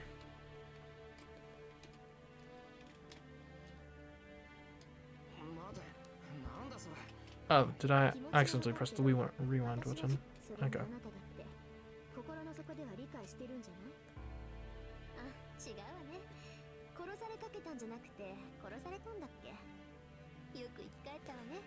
Jessica's comment is the final nail in the coffin. She's absolutely right. That guy killed me. I died. There's no chance for me to talk him out of it, nor convince him otherwise. I was only there to die. Rena's such a savage. Agreed. That's why me backing out of this incomprehensible deathmatch doesn't mean the others will do the same.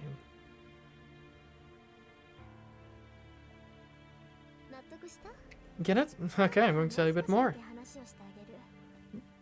But if we're both involved in this, doesn't that make us enemies? Like, why are you telling me all this?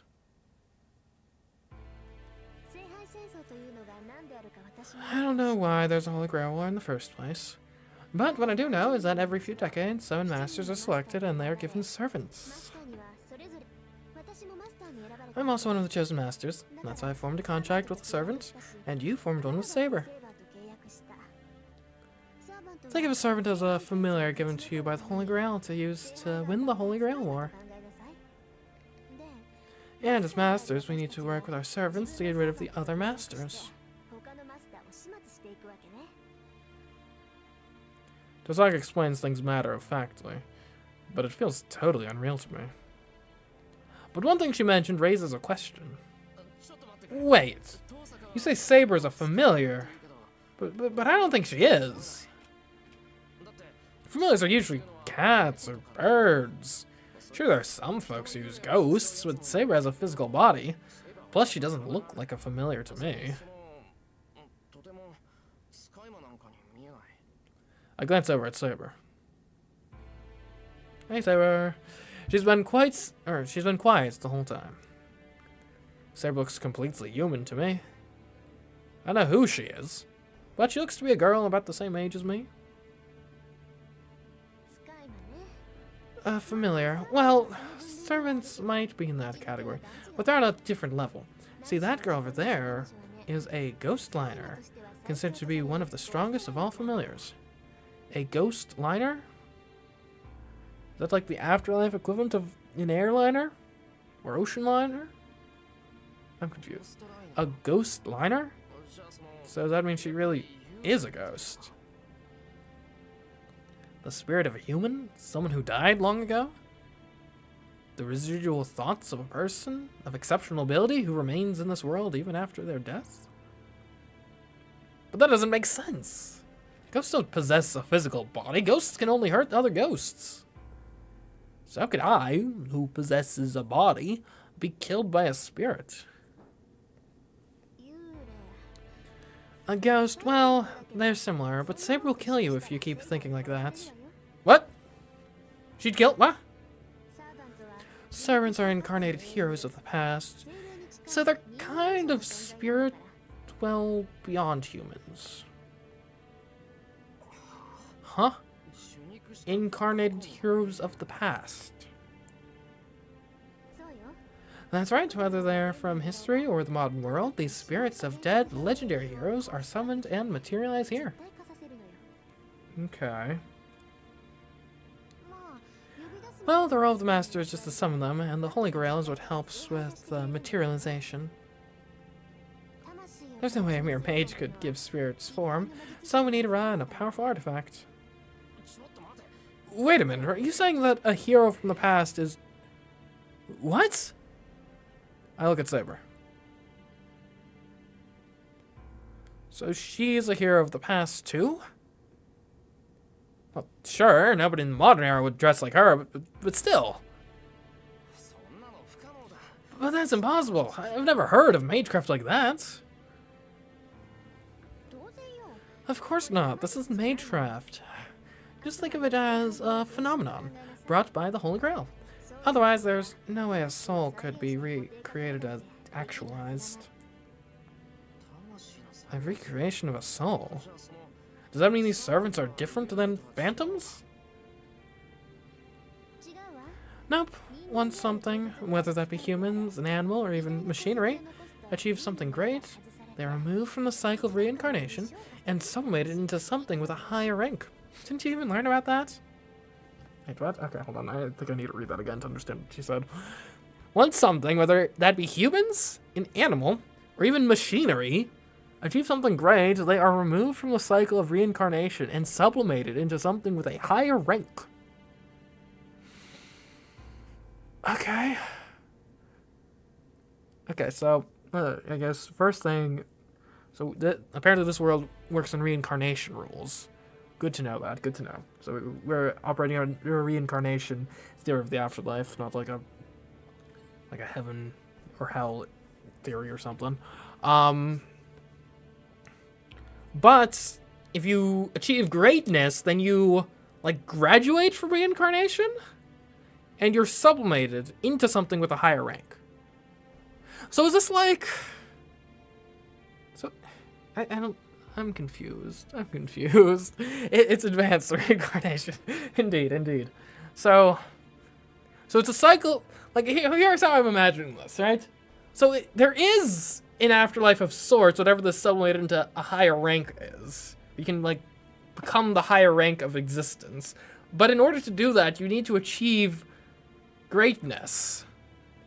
But you've got, I guess, infinite tries to achieve greatness, because if you don't, then you still remain in the cycle of reincarnation. I see. So it's like one of those tests where it's like, you have to pass this, but we're going to give you unlimited chances. You'll get there eventually, maybe. Okay. That's what the heroic spirits are.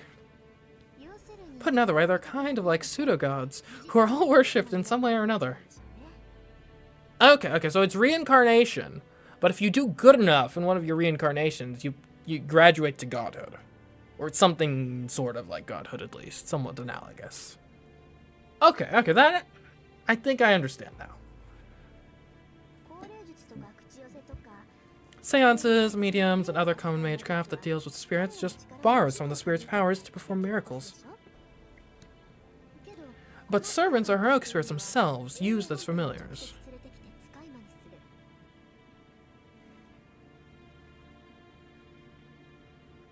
This is like the main concept of fate. Anything that gains status and becomes legendary, fame in human history becomes removed from the world and can be summoned from the other plane into the world. Okay, interesting. That's why they typically accompany you in spirit form, but materialize when it's time to fight if they're needed. The thing that I find kind of interesting is she specifically called out machinery. It's like the first like cotton gin, or the first like steam engine out there. Could I summon the first locomotive? Oh, I could summon the gun that shot Archduke Franz Ferdinand. Maybe. That's pretty legendary. Not necessarily in a good way, but legendary nonetheless. Some legends are terrible. So I can switch between spirit form and being corporeal. I don't see your servant right now, so does that mean he's in spirit form right now?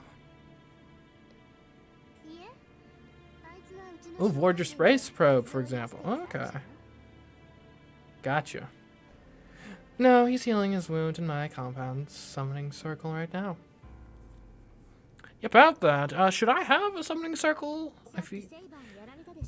Remember, Saber wounded him earlier. If I'd made him withdraw even a heartbeat later, that blow would have annihilated him.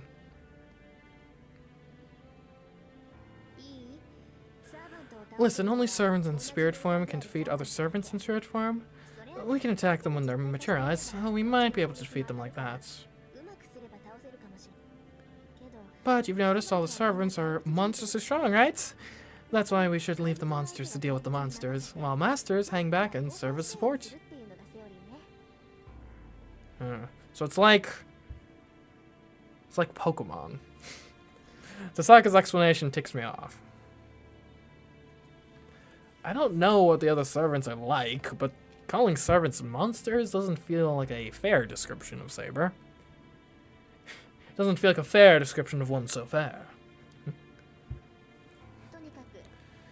Anyway, humans who become masters use their summoned servants to defeat the other masters. Did you at least get that much? In theory, yeah. But I'm still not convinced. First of all, what kind of sick mind thought to do this in the first place? That I don't know, nor could I answer even if I did. That sort of question should go to the person overseeing the Holy Grail War. Is there such a person? I thought the Grail itself was sort of running things. The only thing I can tell you is that you really don't have any choice but to fight and use your servant well, because they're powerful. As Tasaka says that, she turns to Saber. Saber, after talking to Mia, it looks like you're not in your complete form. You're incomplete since you were summoned by an apprentice mage who has no idea what it means to be a master.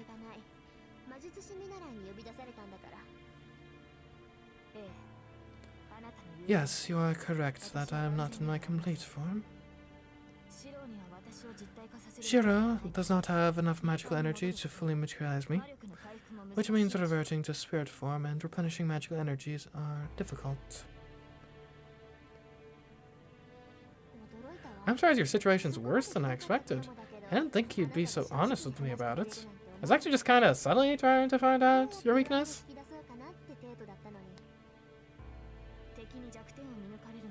I'm reluctant to reveal my weakness to an enemy, but I also do not think I can deceive you. There's no point in hiding our situation from you. As such, we are better off if you know our circumstances and give Shiro a better understanding of the situation. Exactly, a very insightful view. I still can't believe it. If only I was Saber's master, I'd have as good as won this thing.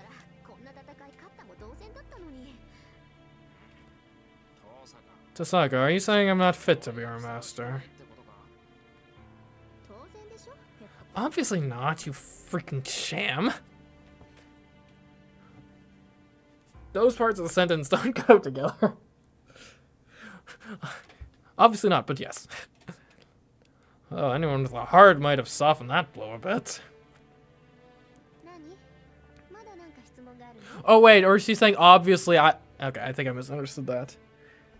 Saying obviously not. Obviously I shouldn't. Gotcha. Okay. What, do you have more questions? But she doesn't realize how hurtful her words are. My image of her as the perfect honor student at school slowly crumbles.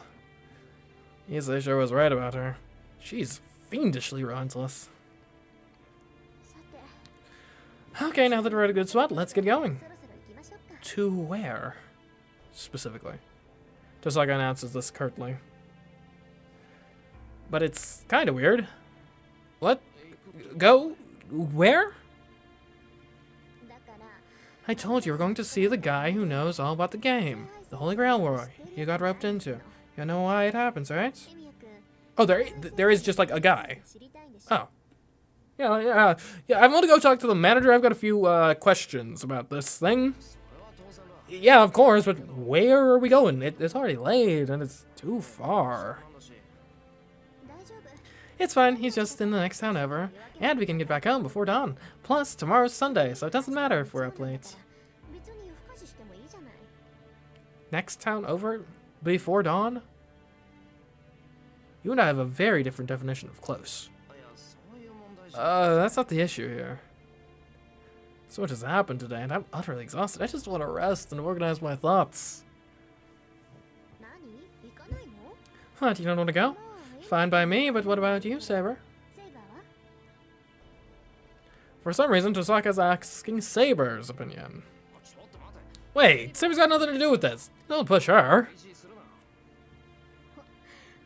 Oh, already acting like a master, are we? You don't like me talking to Saber? That's not it. It's just that if everything you said about this whole thing is true, then that would mean Saber's a hero from the past. That means she wouldn't know anything about the modern era. That's why. Although, I guess, I'm not sure how the logistics of it work. Like, if... Because in theory, so she could have been summoned for other Grail Wars, yeah? At the very least. Would she... If she gets summoned multiple times, does she retain memories from the previous time she was summoned? I could see it going either way. It hasn't been specified as of yet.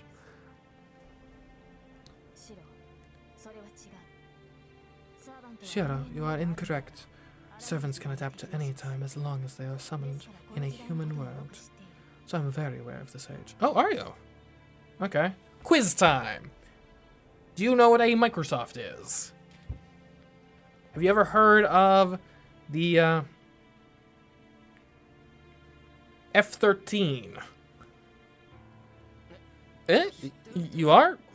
Really? Do you want an actual answer to that question? No.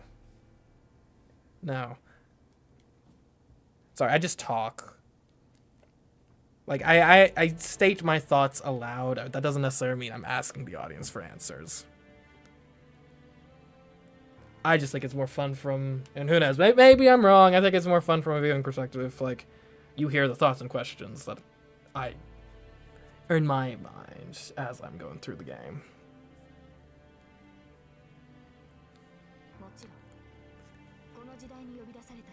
Sort of like on like Danganronpa, I obviously vocalize my theories of the case as cases as they develop, but I don't want the audience to come in and be like, actually I googled it, turns out that the killer is this person. Yeah, we don't want that. Of course, this is not the first time I've been summoned to... Okay, there we go. Answer came like next line anyways. We're good. What?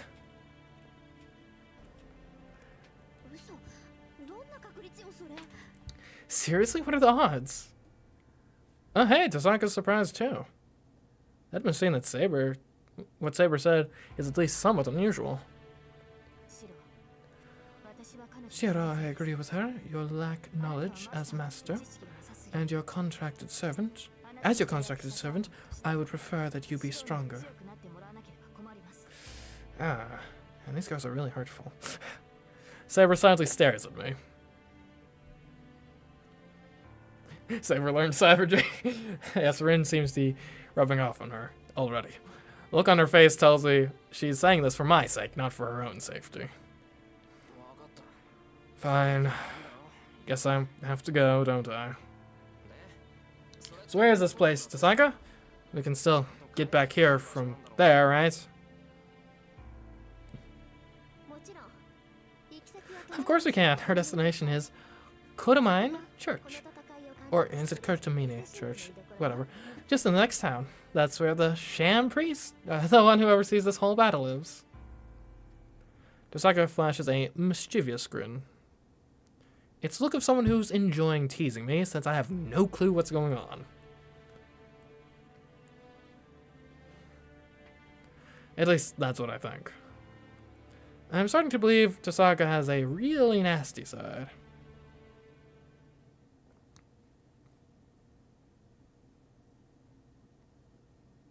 Kotomine. Thank you. We walk through the town at night. Yeah, that's one of the things, or at least it's something I've noticed. I feel like whenever like proper nouns and stuff from Japanese are transcribed in English, they often have an E at the end. And I feel like in most of those cases, you actually pronounce the E like an E or something, right? It's typically not the silent E that would be expected in most English or originated words. It's 1 in the morning, and there is nobody out at this hour. The houses are dark, and the sleepy town is cast only in the streetlight's pale glow. Hey, Tosaka, are you planning on walking to the next town? Of course, trains and buses aren't running right now.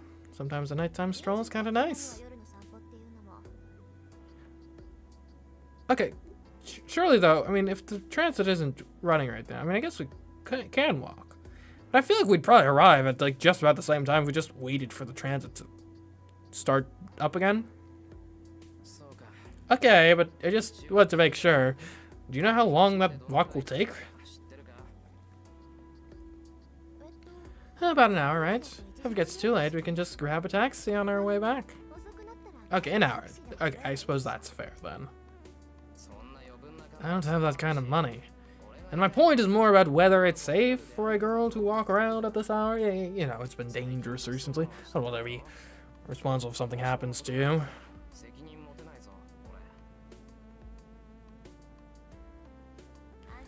Don't worry. Nobody's going to mess with us. I'd have forgotten, but Saber here is really strong. Uh-oh. Now that she mentions it. If anyone picks a fight with Saber, they're dead for sure. I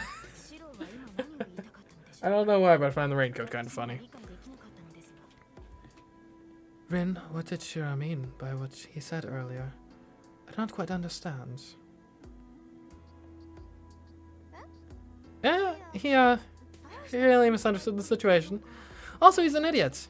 He was trying to say he'd swoop into our rescue if someone assaulted us. Yeah, I mean, noble thought, except, in this environment, I'm pretty sure I'm just objectively, by far, the weakest link in this group here.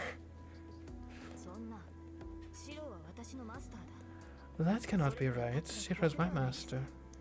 Our roles would be reversed if he did that.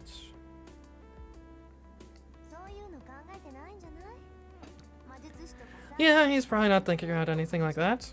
Like he doesn't care what mages and servants are. Honestly, I'd like to see what's going on in his head. Rin wants to play the visual novel Fate Stay Night confirmed. Tosaka and Saber seem to be on good enough terms to chat now. I suppose that's a step up from Saber being dead set on killing her. Saber's been quiet ever since I stopped her from leaving the house as she was. Well, I didn't think her walking around in a full, like, set of armor would be conducive towards keeping a low profile. Granted, wearing a raincoat while it's not raining is honestly almost as suspicious. You know, actually, I'm gonna take a stand here. I'm gonna make the bold claim that no one else is willing to make. This is more suspicious. Because if I see someone walk around full raincoat when it's not raining, I'm thinking, okay, this guy is He's probably like a drug dealer or something. Or just, you know, maybe in the mob. Just general bad news. Like, you're doing something that is actively bad and you're trying to hide. If I see you walking around in full, like, medieval style armor, my first thought process is, oh man, that dweeb sure is taking LARPing pretty seriously. Which, granted, you know, it's not necessarily a positive thought, but it's not that negative.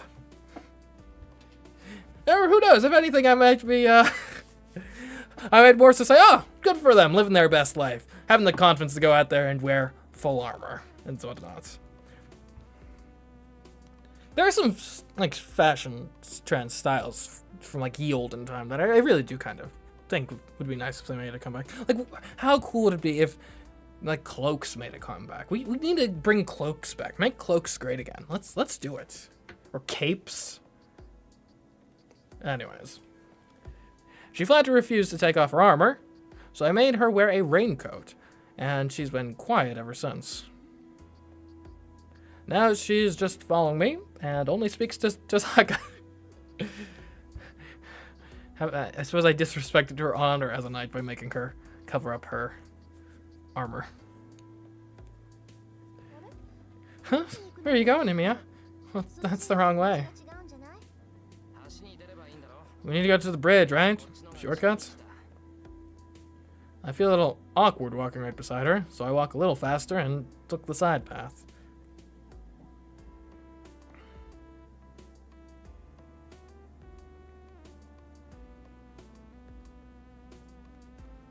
We enter a park along the riverside. All we need to do is to cross the bridge to reach Shinto. I didn't know there was a path here. I see, we just need to head to the park, since the bridge is accessible from the park too. Maybe it's the park at night? Tazaka, as she stands there staring up at the bridge, looks prettier than when I see her at school. This isn't good. And look at that smile, she's happy, I guess. Let's just go, we didn't come here to goof off. I want Tasaka to hurry and start climbing the stairs. Once we reach the road at the side of the bridge, it's just a straight shot to Shinto.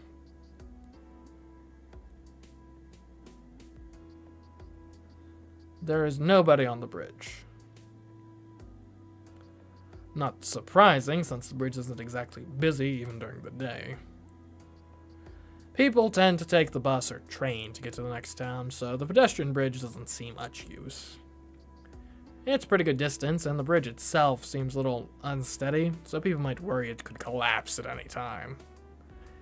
Probably why this isn't a very popular spot for dates, even though the location and ambiance are perfect. What is in your head, Shiro? Stop thinking of such stupid crap. Saber follows silently while Rin walks beside me. I hurry across the bridge as fast as I can and try not to think too much about the two girls with me. Yeah, no, here's the thing, Shiro. Sure, two attractive women accompanying you on this trip, but you gotta keep in mind, one of them is presumably at some point in this whole war going to be your mortal enemy, and the other is basically your bodyguard, so there's nothing there, I'm sorry. You gotta find... The purple hair girl's nice. Yeah, she could. Yeah. Still got her. Even though she hasn't appeared this entire... Well, no, she was at the very beginning of the stream. But, anyways. Once we cross the bridge, Sasaka leads us to the suburbs. The office buildings near the station only come to mind when I think of Shinto, but there's still a traditional townscape on the outskirts. The suburbs are especially prominent in that sense. There are gentle slopes and a hill that overlooks the ocean. The further up the hill you go, the fewer buildings there are, and there's even a foreigner's cemetery built along the hillside. Foreigner's cemetery, as in, like, it's a cemetery specifically for foreigners? Or is it built in, like, a foreign style? I'm not even sure what the difference is between, like, Japanese cemeteries and as opposed to other ones. That just seems like a weird sentence. The church is up at the top of the hill. Have you never been? Oh, okay. Okay, that's probably what it means. It probably means it's built in kind of like a Christian church style of cemetery. Gotcha. Nope, never. Though I do know it used to be an orphanage. Unless this isn't a Christian church, I guess it could be a different type of church.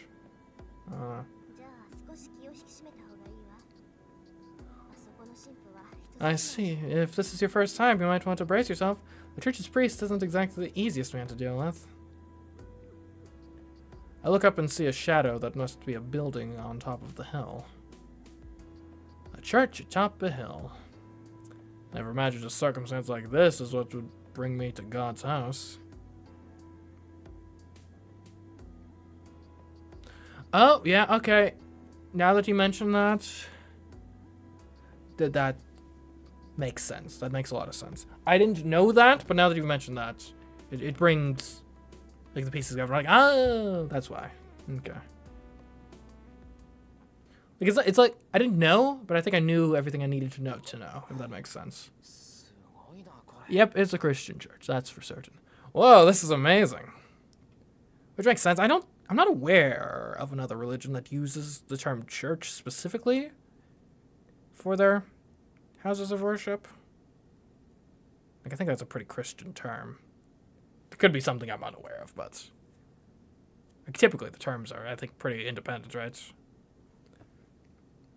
Like, you got Christian churches, Islamic mosques, Jewish. I know the word, but it's not coming to me right now. Synagogue, I think. Yeah, Jewish synagogues. I guess temple is sort of the more generic term that is used for a lot of different religions. Though granted, maybe not in their native languages necessarily. Anyways, wow, this is amazing. The church is magnificent. Like, what I mean by that is, like, if you're referring to like a Zoroastrian temple, temple is like an exonym there, not an endonym. The whole hilltop seems to be church grounds, and I'm greeted by a huge open space the moment I reach the top of the hill. The church at the other side of the vast open space isn't all that big, but it seems to loom over everything, intimidating any visitors. Shiro, I will be staying behind. Why? Oh, why? We came all this way. I can't just leave you here. My purpose was not to visit the church, but to protect you along the way. If your destination is the church, then you will not stray far from it, so I will wait here for your return.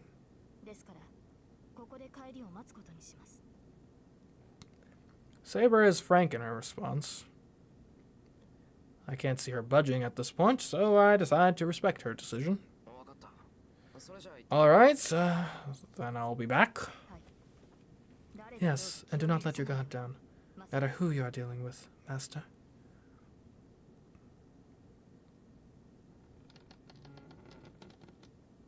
Oh, this is a nice little church. The chapel is large and majestic. I've seen larger. It must see many visitors during the day, based on the number of pews in the chapel. The priest must have incredible authority if he's responsible for a church as grand as this one. Tosaka, what kind of man is this priest here? It's kind of hard to explain. I've known him for over a decade now, but I still can't figure him out. Known him for over a decade? That's a long time to know someone. Are you two related or something? No, but he's my guardian. On top of that, as a disciple, he's my senior and my second mentor.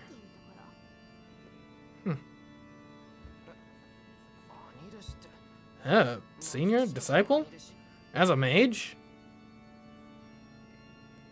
Oh, I saw the term disciple and I was like, oh, Rin Christian confirmed? Didn't see that one coming. But disciple is apparently a mage term in this instance. This music? Yeah. That was like a good organ tune. Underused instrument in my opinion.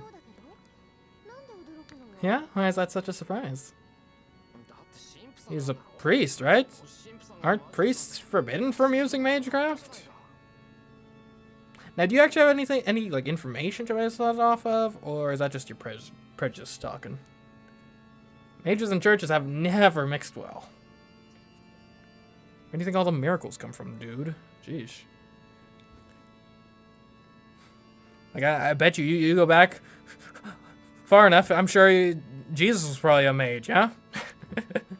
Mages belong to a large organization called the Mages Association.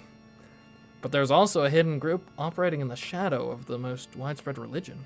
Not what normal people would ever hear about or want to get involved with, known as the Holy Church.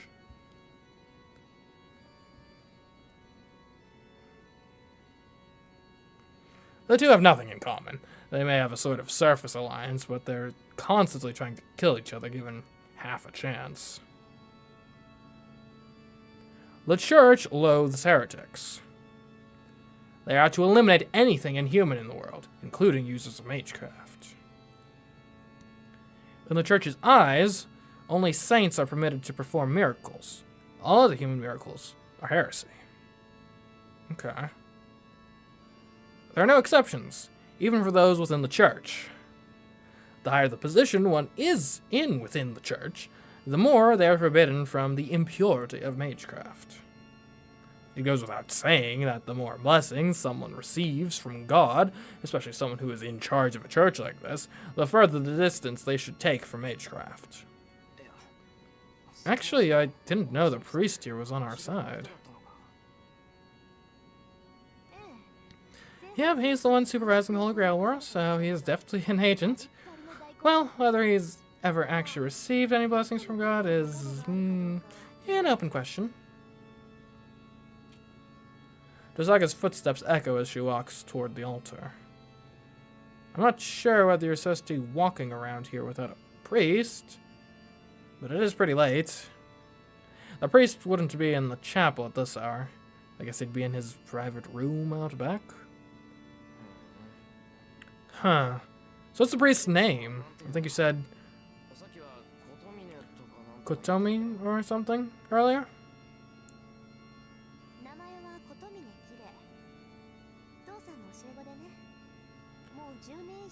Definitely seems a bit more Catholic than Christianity. Has more Roman feels. Well, yeah, it definitely, based on the description, kind of seems, especially with like shadowy organizations and whatnot. Seems like could be like a Catholic church type thing. I mean, Catholic is it's a branch of Christianity, so that is. If you ask a Catholic, they'd say they're the branch of Christianity, I suppose. His name is Kiere Kotomi, or Kotomine? Kotomine. What did you... Hold on, let me just double... Is this the same word as before? Kotomine? Yeah, okay. He is my father's disciple, and unfortunately, I've known him for over 10 years. If I had any choice, I'd rather not have ever met him.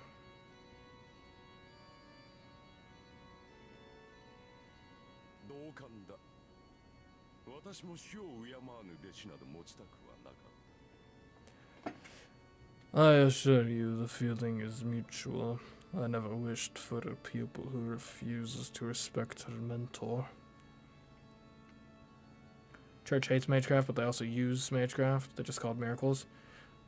Makes sense. That seems like the fitting sort of wrinkle to throw in there. Tap, tap, I hear footsteps. A man slowly emerges from the far side of the altar. You must have noticed when we entered the chapel. I've been calling you, Rin, but you haven't answered. Now you bring me a strange guest. So he is the seventh Rin.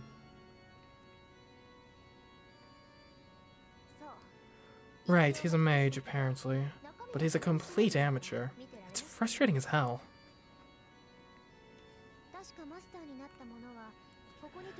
And the rules say to report here when someone becomes a master, right? And it's a stupid rule your group made up, but I figured I'd follow it this time.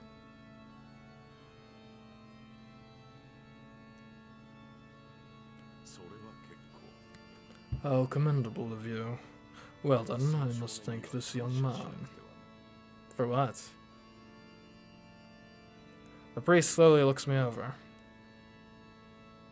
I unconsciously step back. He is built like a rectangle. Seems healthy. I'm not afraid. And I don't sense any hostility from the priest. And the way he carries himself just gives off this indescribable aura of intimidation. My name is Kiri Kotamine, and I have been entrusted to run this church. What is your name, Seventh Master? So wait, if I'm the Seventh Master, canonically I'm the seventh person, does that mean I got Saber just sort of as like a... I guess it depends on if there is specifically 7 that you can summon, or if it's from a larger pool, it's just 7 of the pool get summoned. Because it is exactly 7. Did I get Saber just because like no one else managed it?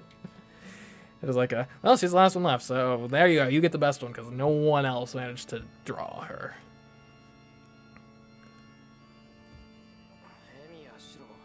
Seven classes, yeah. It's Shiro Emiya, but I don't remember signing up to be a master. Kire, gotcha. Kire Kotamine. I brace myself, glaring at the priest so as not to buckle under that intimidating presence. Shiro Emiya. That intimidating aura grows chilly. The priest smiles as if pleased. That smile of his. I can't explain it, but it makes me... I must thank you, Emiya. You have brought her in here.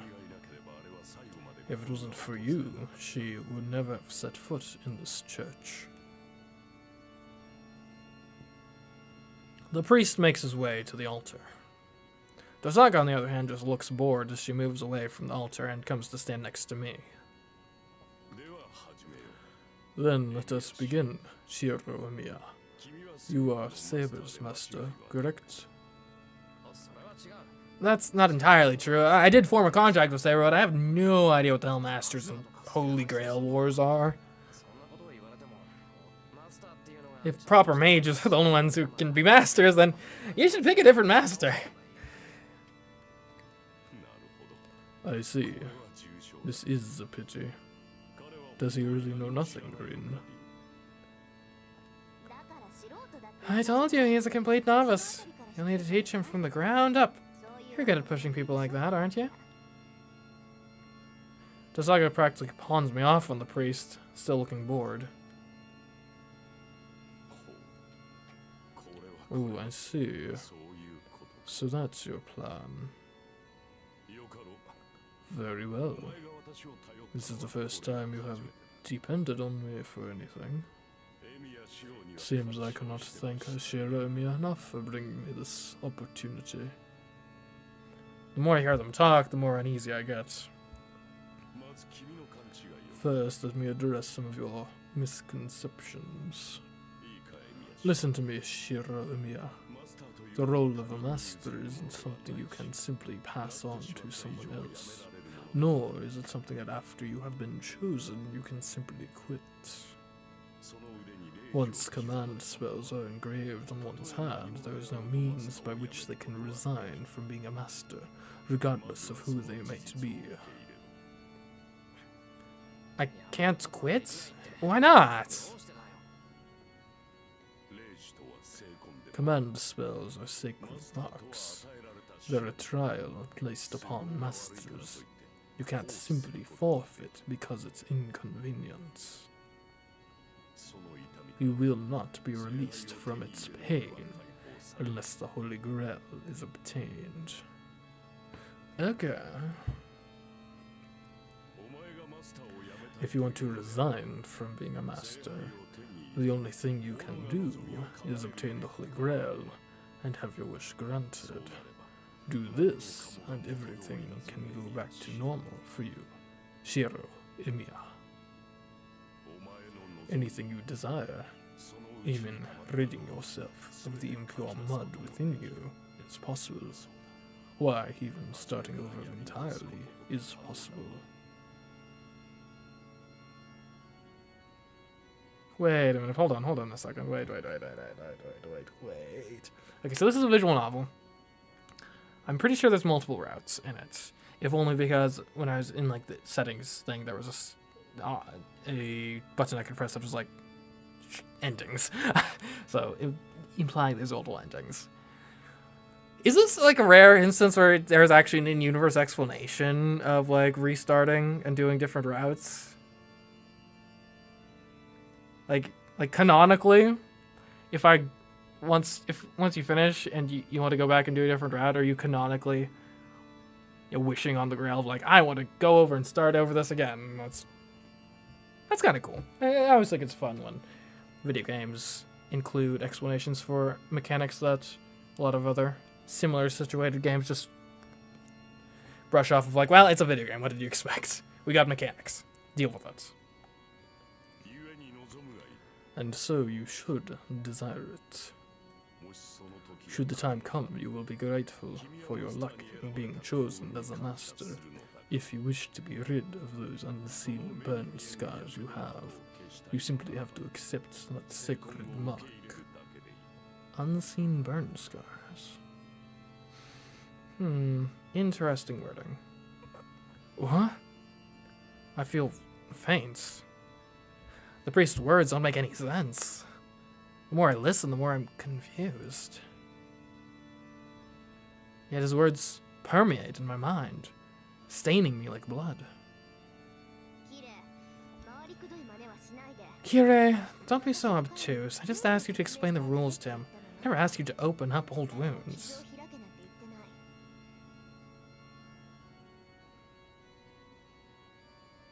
Her voice interrupts the priest's words. Tosaka? My confused mind snaps back. I believed nothing else would sink in for someone like him, so I thought I would at least break down his morality while he was still confused. Well, I suppose kindness isn't always entirely for the benefit of the recipient. I must admit I did enjoy that quite a lot. What? Does helping him do you any good?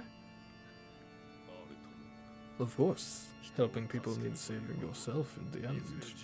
I suppose there's not much sense in me lecturing you about that, though. Let me return to the matter at hand, Shiro Imiya. You find yourself involved in what is known as the Holy Grail War. It is a battle waged using 7 servants commanded by 7 masters. I hope Rin would have at least told you that. Yeah, she did. She told me about the whole ridiculous thing where 7 masters participate in a battle to the death. Correct. But we are not indulging in such cruelty for entertainment. It is a ritual to determine who is worthy of obtaining the Holy Grail. For such a powerful item as that, rigorous trials must be conducted to determine who should possess it. The hell was trials? I heard this priest doesn't think of the Holy Grail as a trial at all. Wait, you keep saying Holy Grail. What even is that? You don't mean the actual Holy Grail, right? The Holy Grail. A goblet said to have received the blood of a saint. It is considered to be one of the greatest sacred relics of all time. And it is said to perform a variety of miracles. One of those widely held beliefs is that whoever holds the Holy Grail can possess the entire world. But that seems kind of unlikely since, the Holy Grail itself probably doesn't even exist. Stories of a Holy Grail that can grant any wish appear in numerous myths and legends around the world. I mean, notably, I believe the Holy Grail plays a large part in at least part of like the Arthurian mythos, I believe. That's like one of the things the kind of like Knights of the Round Table and whatnot and King Arthur are trying to acquire. And then also just kind of general, yeah. But that's about it. A mythical power that none claim has ever actually existed or been replicated. That is the Holy Grail. So what is it, Kire Kotomine? Is the Holy Grail you speak of really the Holy Grail?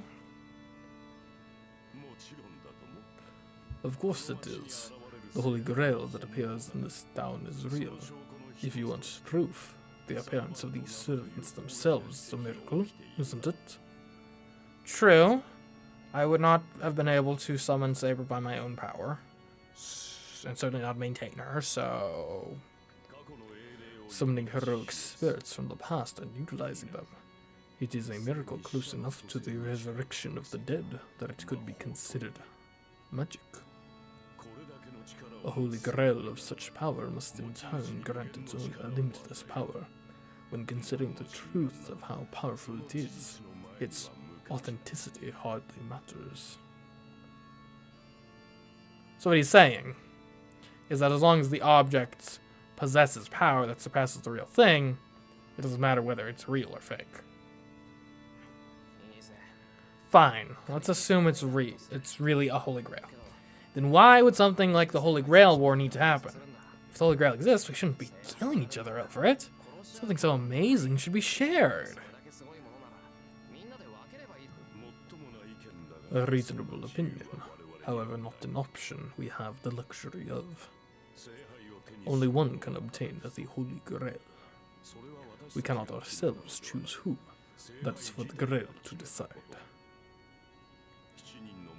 The selection of the 7 masters and the summoning of the 7 servants are all determined by the Holy Grail itself.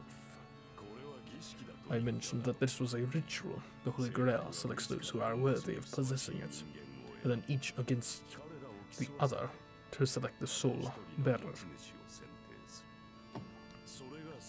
That is what the Holy Grail War is, a sort of necromantic ritual where those chosen by the Holy Grail fight to death to obtain it.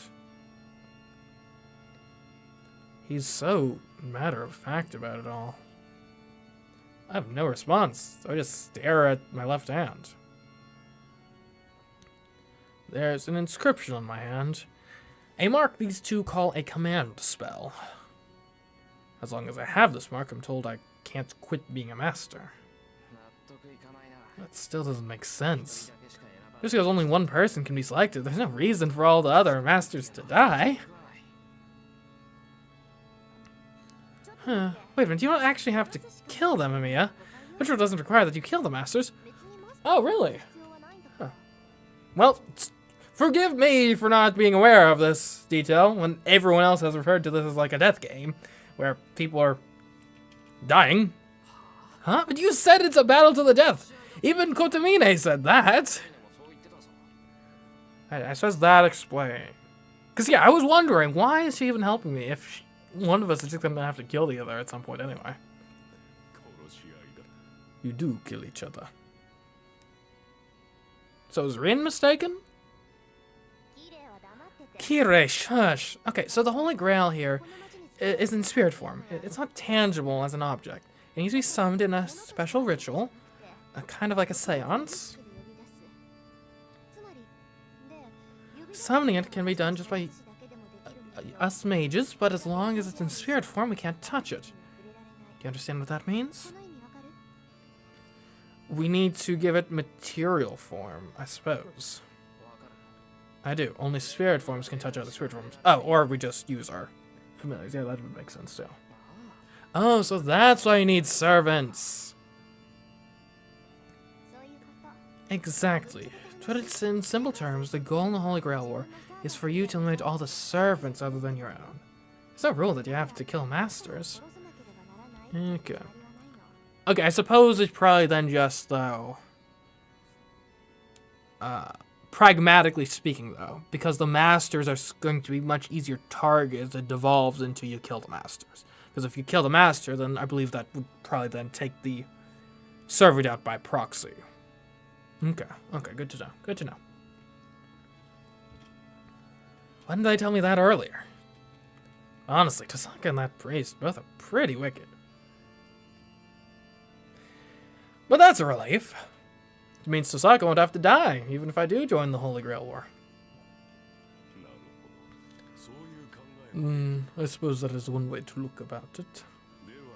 Then let me ask you, Shiro Emiya. Do you think you can beat your own servants? Not a chance. Huh? Defeat Saber?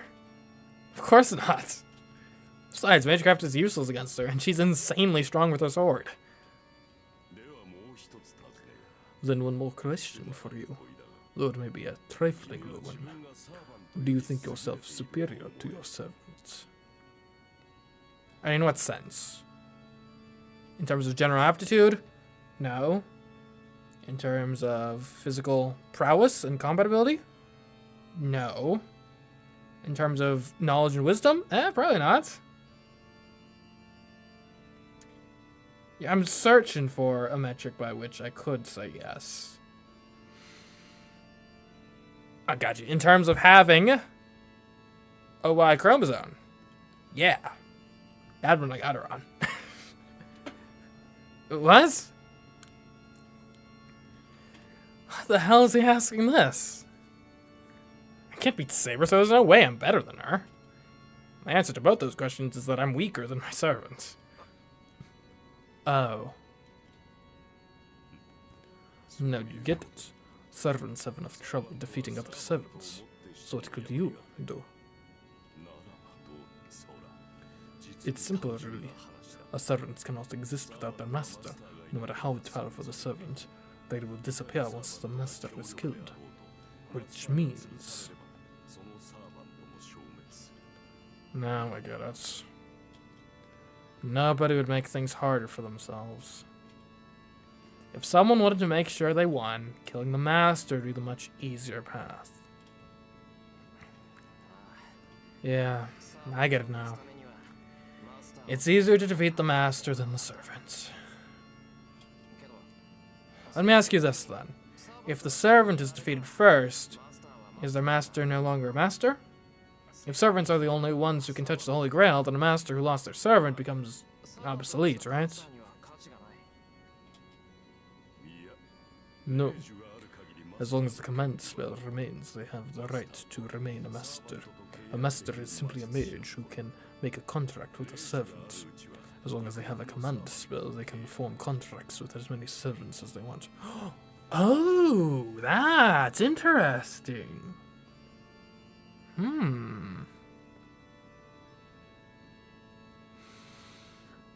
Oh, that adds a whole new dimension to this.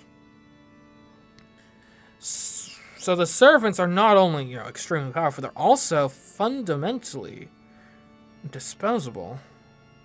I can already tell that's going to be a major point of tension throughout this whole story, isn't it? Because knowing Emiya, based on what I know of him so far, he's not... Even if the strategically correct choice is, in an instance, to treat Saber as disposable. So I doubt Emiya's going to do that. Whereas probably some of the more antagonistic forces are going to be more than willing to just be like, well, yeah, servant, go do your thing. If it costs you your life, well, I've got more that I can rely on later. So, good luck. A servant who loses their master has not disappeared immediately. They can remain in this world until they run out of magical energy. Servants who lose their masters and masters who lose their servant can forge a new contract together and return to battle. Oh, okay, so you can't just summon an infinite number. Gotcha, okay. Good to know. That's important.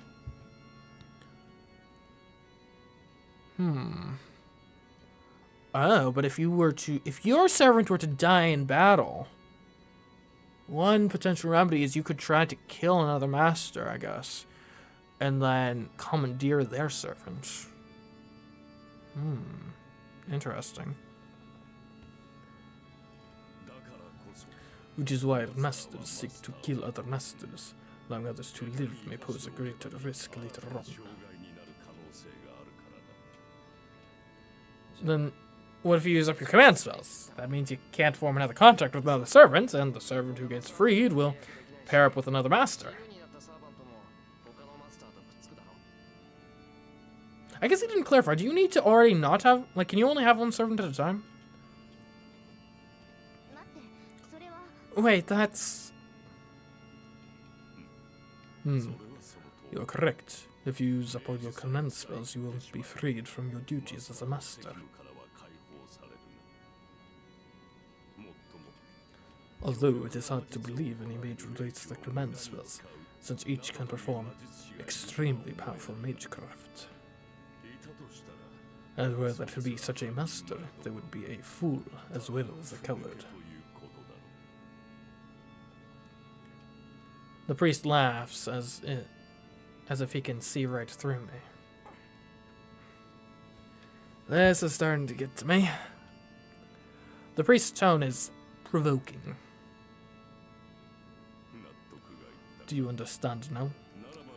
Then here endeth the lesson. Now let us return to where we began, Shira Mia. You mentioned that you had no intention of becoming a master. Do you still feel that way? If you want to forfeit your position as a master, that is fine too. Rain whistling. For real. Yes.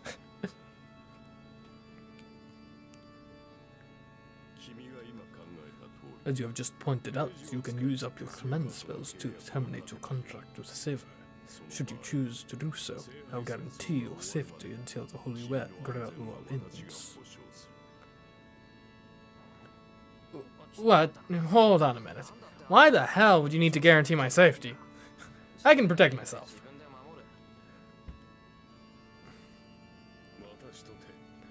I honestly do not have the time to look after you, but those are the rules.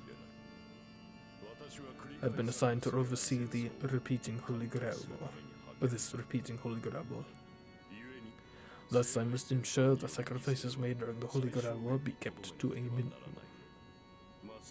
Protecting the safety of mages who are no longer masters is one of the most important responsibilities as an overseer. Did you say repeating Holy Grail War? Hold on a minute. It repeats? Does that mean a battle like this happened before? What the hell do you mean? Are you saying this isn't the first Holy Grail War? Of course not. Do you think an overseer would have been dispatched if this were the first time? This church is a special agency responsible for collecting relics. Our organization's original goal is to investigate and recover the true cross, but here our duty is to assess the Holy Grail. Our job is to investigate the 726th Holy Grail that was detected in the Far East, and recover it. If it is indeed real, and if it is not real, we will repudiate it. The 726th? That is a lot of Holy Grails. 726? Are there really that many Holy Grails? Who knows? At the very least, it means there are that many objects thought to be Holy Grails. And one of those is the Holy Grail observed in this town, which triggered a Holy Grail War. According to extant records, the first battle occurred about 200 years ago. Since then, masters have fought over it every 50 years or so.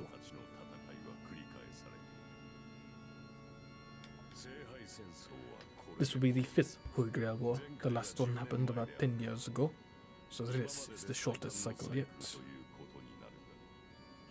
What? Are you all insane? You guys have done this thing 4 times already. I quite agree. As you pointed out, this has been repeated many times. That's right. In the past, the repeated Holy Grail wars have been exceedingly fierce. Masters were driven by their own desires as they killed each other indiscriminately, forgetting their disciplines as mages. You may already know this, but the biggest sin to commit as a mage is practicing MeeCraft within normal society. Mages must never reveal their identities to others.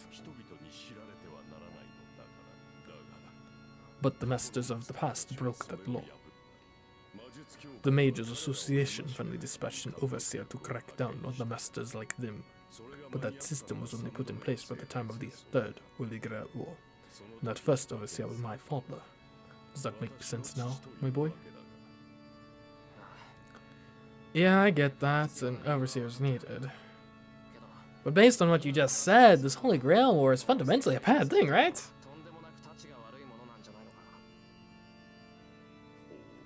Ooh, in what way is it fundamentally bad? The previous masters willingly broke the laws of mages, right?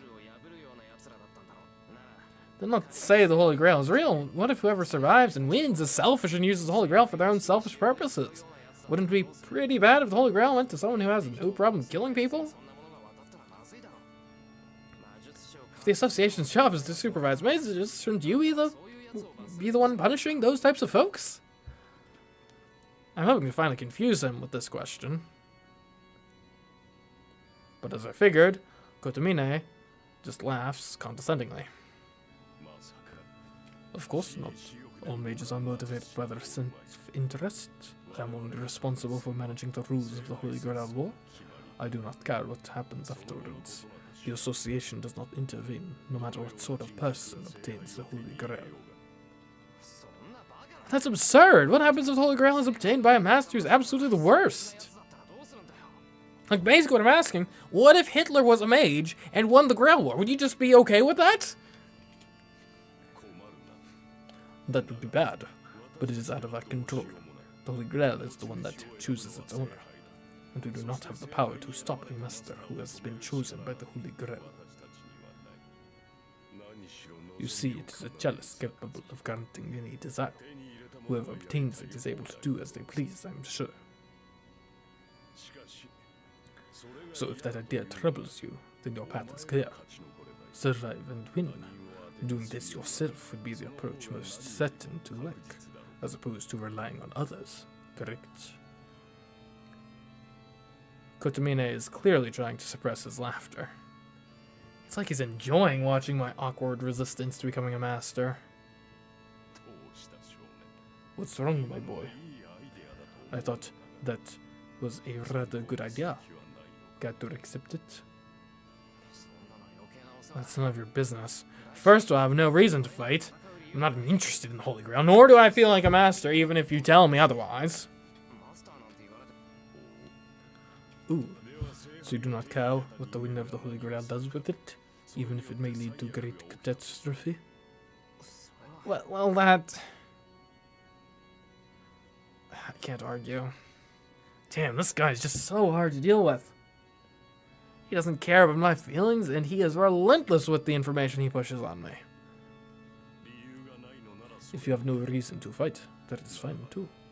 That must mean you do not care about what happened 10 years ago. 10 years ago? That's right. Towards the end of the previous Holy Grail War, an unworthy master touched the Holy Grail. I do not know what the master desired. All we know is the disaster that followed.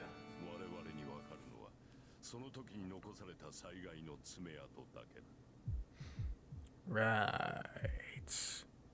For a second, the image of that hell flashes before my eyes. Wait. Don't tell me that. That's right. It is a catastrophe everyone in this town knows very well. PTSD indeed. 500 people were killed or wounded. 134 buildings went down to the ground. That fire, which is still unexplained to this day, was the consequence of the Holy Grail War. I feel sick. My vision blurs. I lose my focus and I can't concentrate. My legs are about to buckle. Before that can happen, I plant my feet. I grit my teeth to maintain my composure. Raw, seething anger is the only thing holding my nausea at bay. Emio, what's wrong? You're white as a sheet. Yeah, that wasn't a pleasant topic to bring up, but come on, why don't you rest a bit?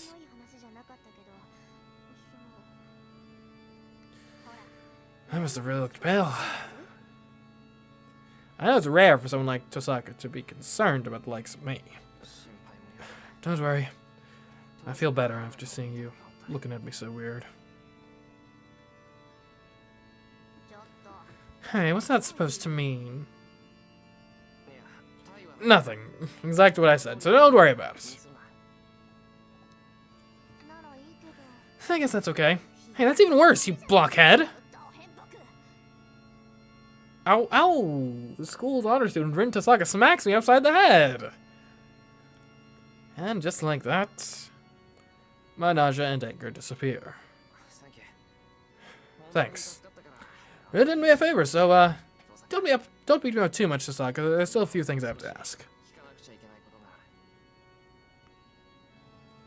Something in her expression suggests she thinks she hasn't hit me hard enough. But she still lets me continue anyway. Ooh, you still have questions.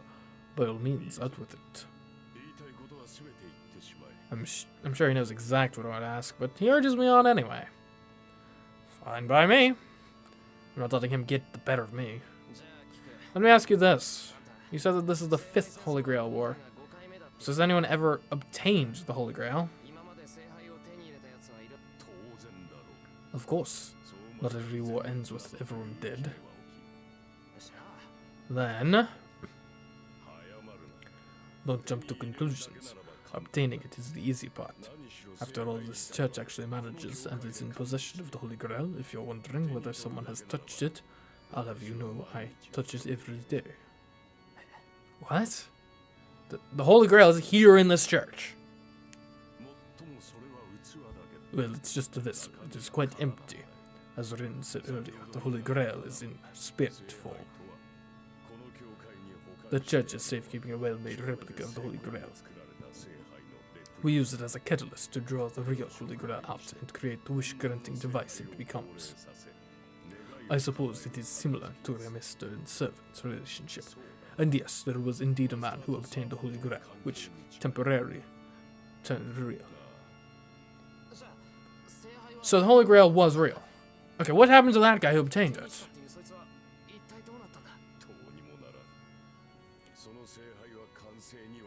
Nothing.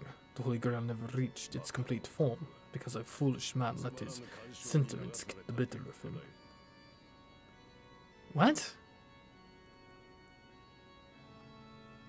I don't know what happened to his overbearing attitude from a moment before, but the priest suddenly looks, of all things, regretful.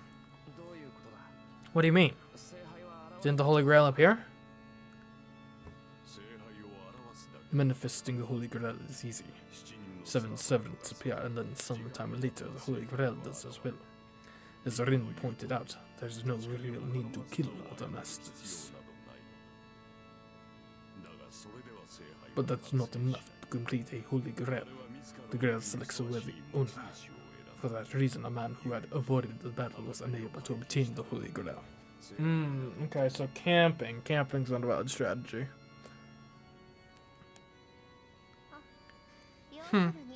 Just means that it's useless to obtain the Holy Grail without settling things with other masters. The master who first got their hands on the Holy Grail during the last war was just a wuss. They didn't want to fight the other masters and just ran away from the Holy Grail. Tosaka almost spits the words, then goes back to averting her eyes from Kotomine. You're kidding.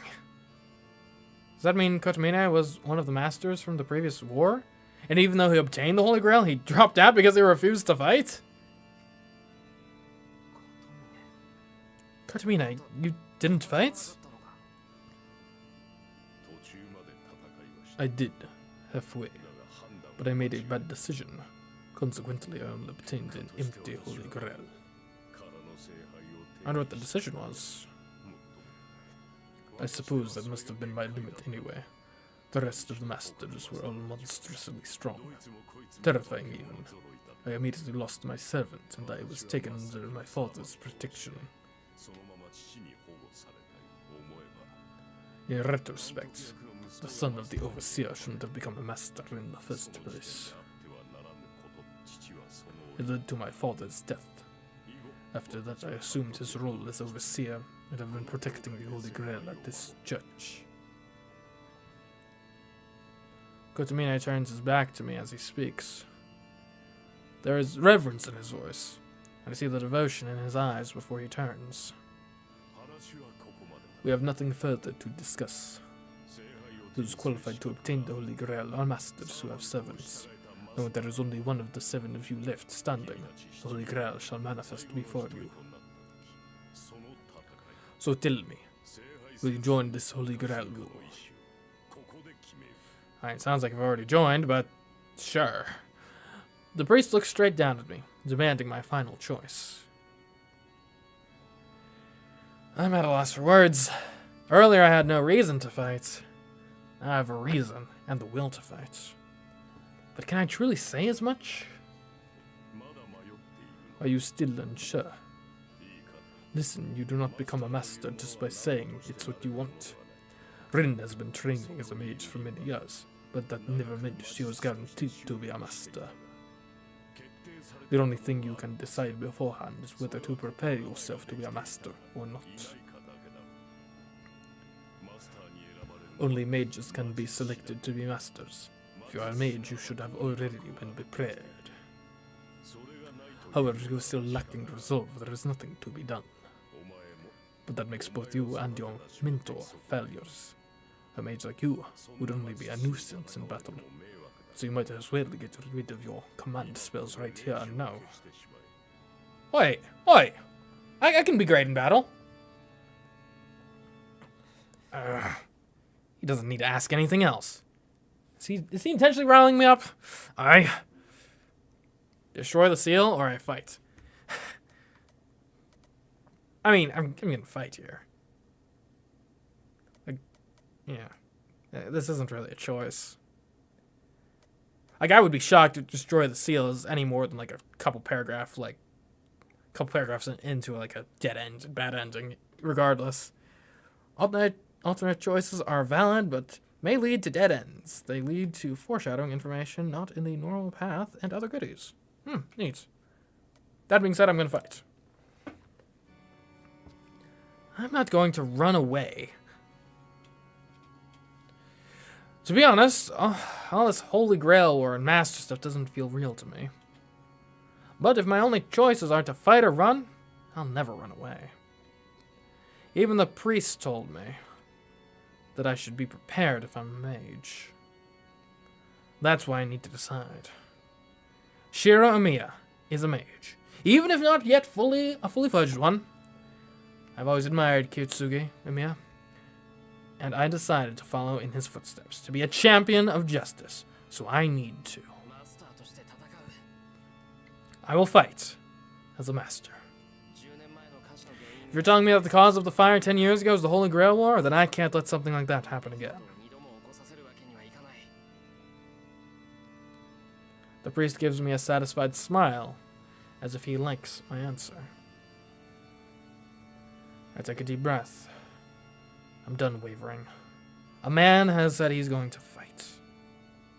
The only thing to do from now on is move forward, head held high, so I can live up to that. Then I shall acknowledge you as Saber's master. And as of this moment, the Holy Grail War has been accepted. From here on, until only one master remains, CMeeCraft battles are permitted. Each participant shall put their full efforts into competition, in accordance with their own principles. The priest's voice echoes heavily through the chapel. The declaration is utterly meaningless. Only Tosaka and I are here to hear it anyway. He just rang a metaphorical bell to kick things off as a formality, I guess. Then that's that. But before I go home, care to answer a question, Kiri? I don't mind. This may be the final one, so I shall try to answer as much as I can. No holds barred. Since you're the overseer, you probably have information on all the other masters. I'm following the association's rules, so you should be able to disclose that to me.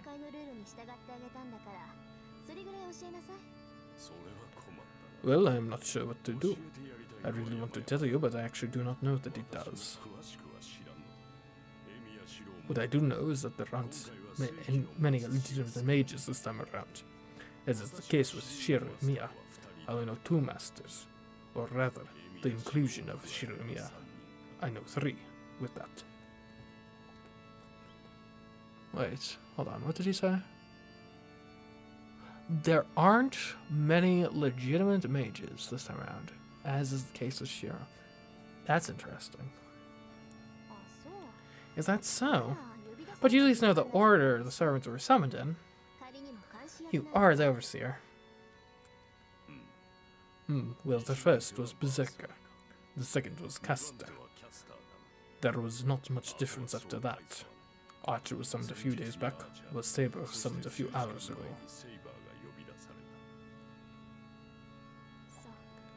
I see.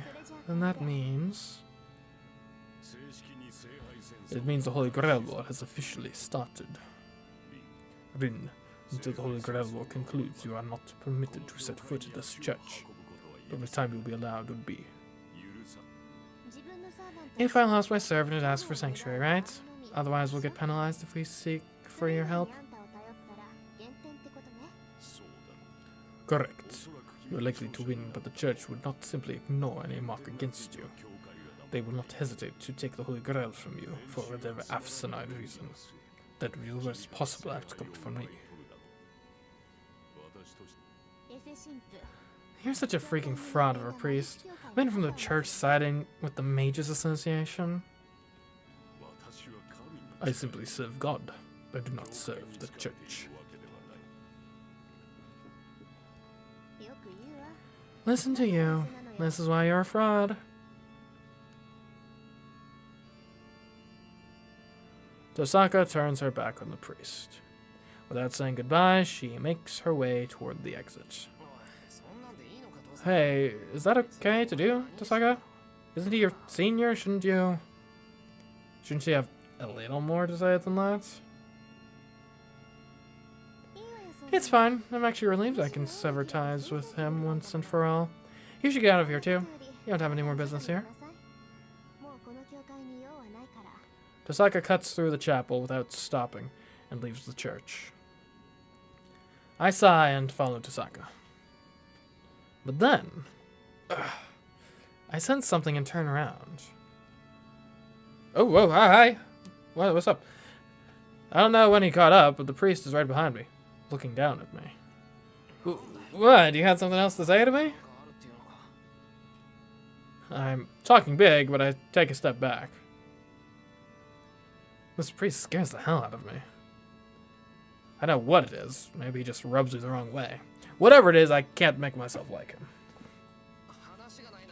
I'm going home if you got nothing. I head to the exit, trying to escape his stare. But at that moment... Rejoice, my boy. Your wish has finally come true.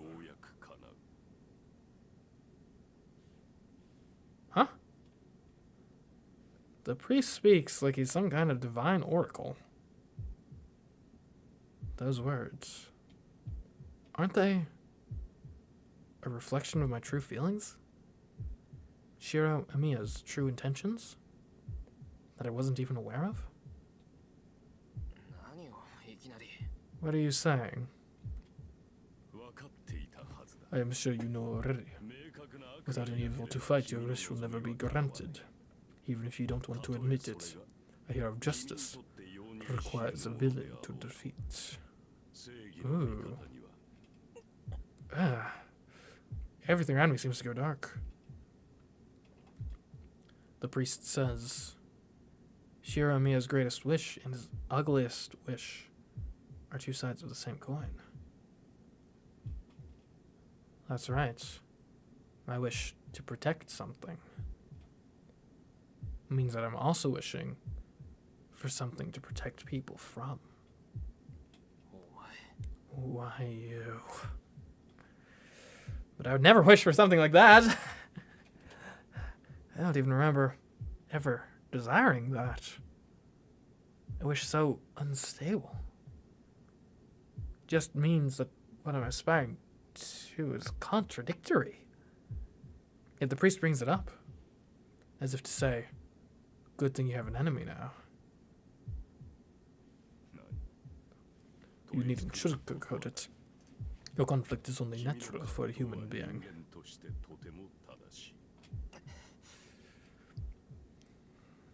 I tried to shake off the priest's words and head outside. Farewell, Shiro, Amiya. This will be my final warning. Be careful on your way home. The world, as you know, is about to change. You will kill or be killed, for you are Remastered now.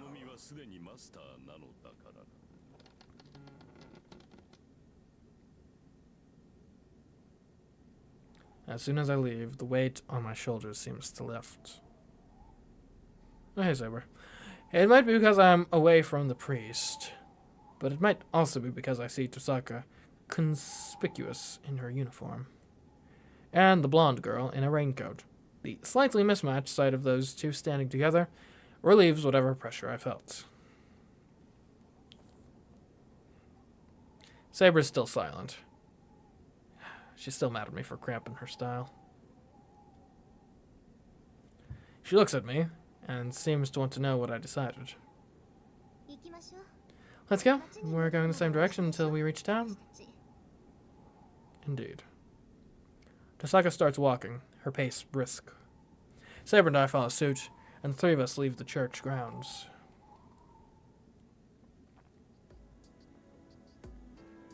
We walk down the hill. We hadn't talked much on the way here, but there's even less conversation on the way back. Even someone as dull as me knows why. After our visit to the church, I accepted my position as a master. That must be why Tosaka is keeping her distance. I get it. But I don't like the idea of seeing Tosaka in that light. Tosaka, how's your servant?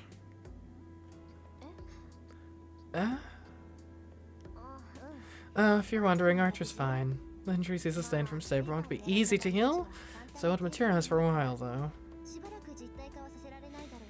And I'm in this. I could kill you right now, if I wanted to. Like, Saber's right here. I shouldn't, well... It's utility to alliances, right? I guess. Does that mean he isn't by your side?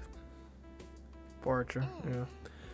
Nope, he's cooped up in my house. He'd be at a disadvantage if he were ambushed by other servants, so I'm having him prepared to fight by recuperating somewhere safe. I see. Unlike my house, I'm sure Tosaka's house is well fortified against enemies. Mage's home is like a fortress. There's not much chance of defeating them there. Which means enemies tend not to try attacking them at home. I need some better defenses.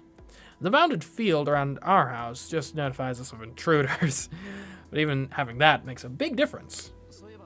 By the way, Tosaka, the priest mentioned he was the overseer of the Holy Grail War. Does that mean he knows who your servant is? He shouldn't know. I've never told him. I see. Yeah, you seem to get along, so I thought you had. I mean, I'm going to give you a little advice. Never tell anybody your servant's identity. No matter how much you trust the other person, you should keep quiet. Otherwise, you end up dropping out early. Huh? What do you mean? Saber's identity? I'm talking about which hero your servant is. No matter how strong they are, revealing their strength to others will just lead to a knife in the back.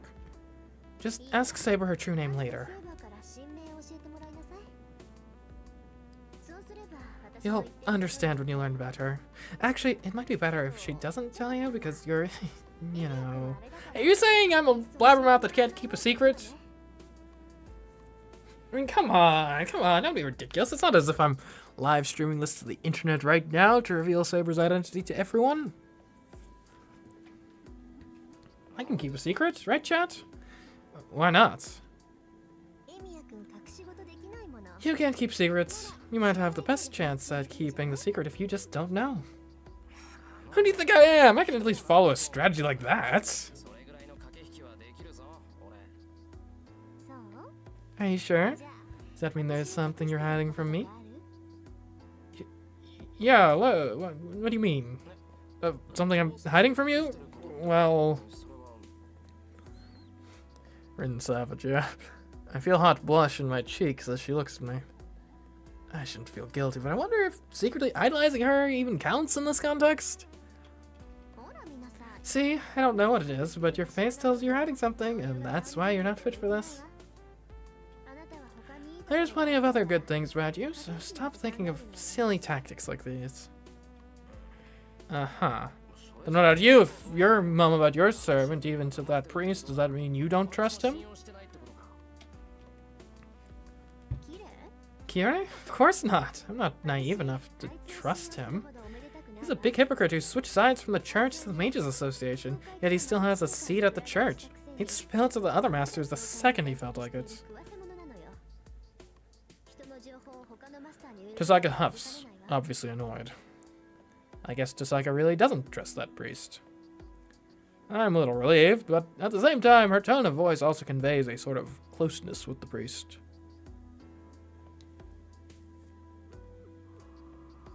We cross the bridge.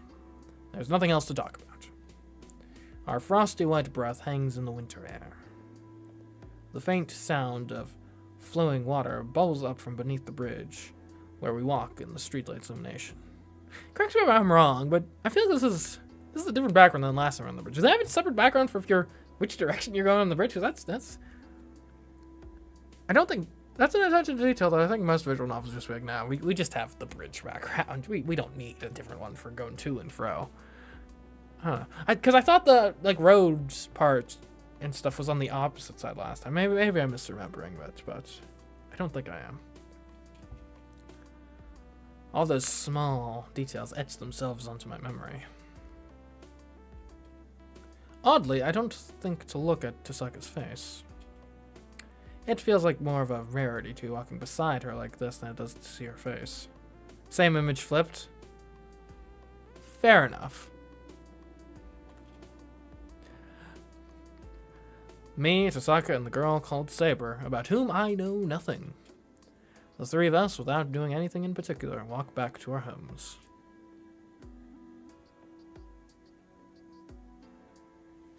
We reach the intersection. It is where we will have to separate, as our homes are in opposite directions. We should split up here. I've done my duty, and things would get complicated if we stuck together any longer. We should part ways amicably, and tomorrow we'll become enemies. You don't want any sort of long to medium term alliance? I mean, imagine, what if we teamed up against the others? We could guarantee at least one of us wins this thing, right? I think she's trying to bring closure to our ambiguous relationship. Jessica starts talking, but suddenly cuts off. Hunger Games this? Yeah. I think there's only 7 in total. If we work together, then that's 2/7 of the whole population. And then I realized something. She didn't explain the rules to me out of obligation. She was only trying to help me, as I knew absolutely nothing, to make things fair for me. And that's why the moment things have been explained, everything goes back to normal. All that's left is for us to fight each other as masters. Huh. But that'd make her last words to me strange. Just like it must have meant it would be hard to fight if she feels empathy for me. For Tosaka, everything that happened tonight was unnecessary.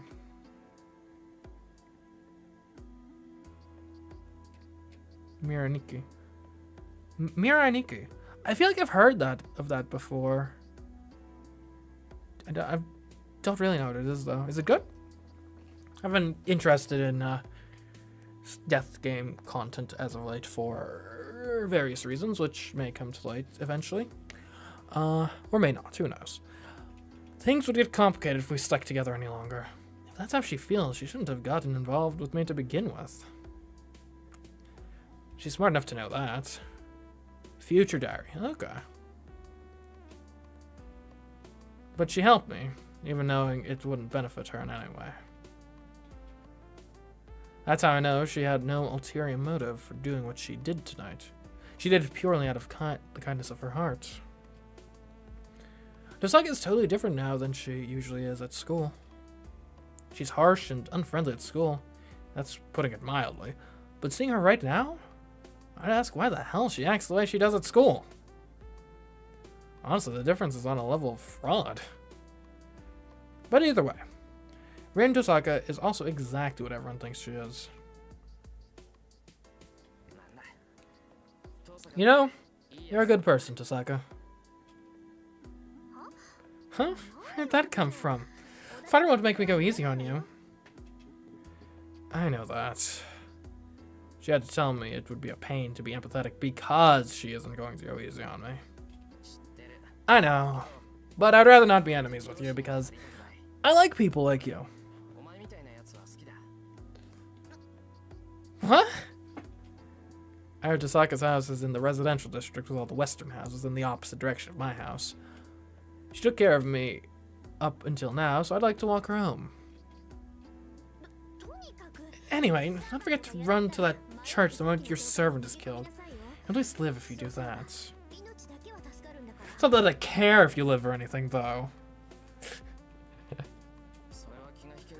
I'm not sure about that, but I'll still take your advice.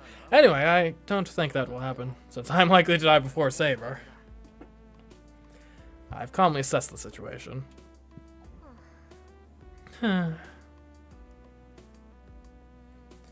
Tosaka's reaction is once again puzzling.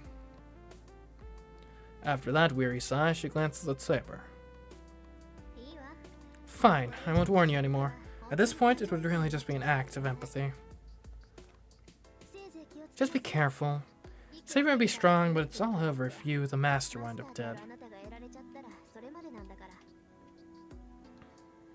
She turns around and starts walking. And yet, she stops dead in her tracks, as if she's seen a ghost. Tosaka? The moment I call out to her, a stinging pain shoots through my left hand. Huh? Why? Are you two done chatting? A young voice echoes in the night. The sing-song tone comes unmistakably from a young girl. My eyes are drawn to the top of the hill. I had noticed the clouds parting. Now the brilliant moon illuminates the sky. And there.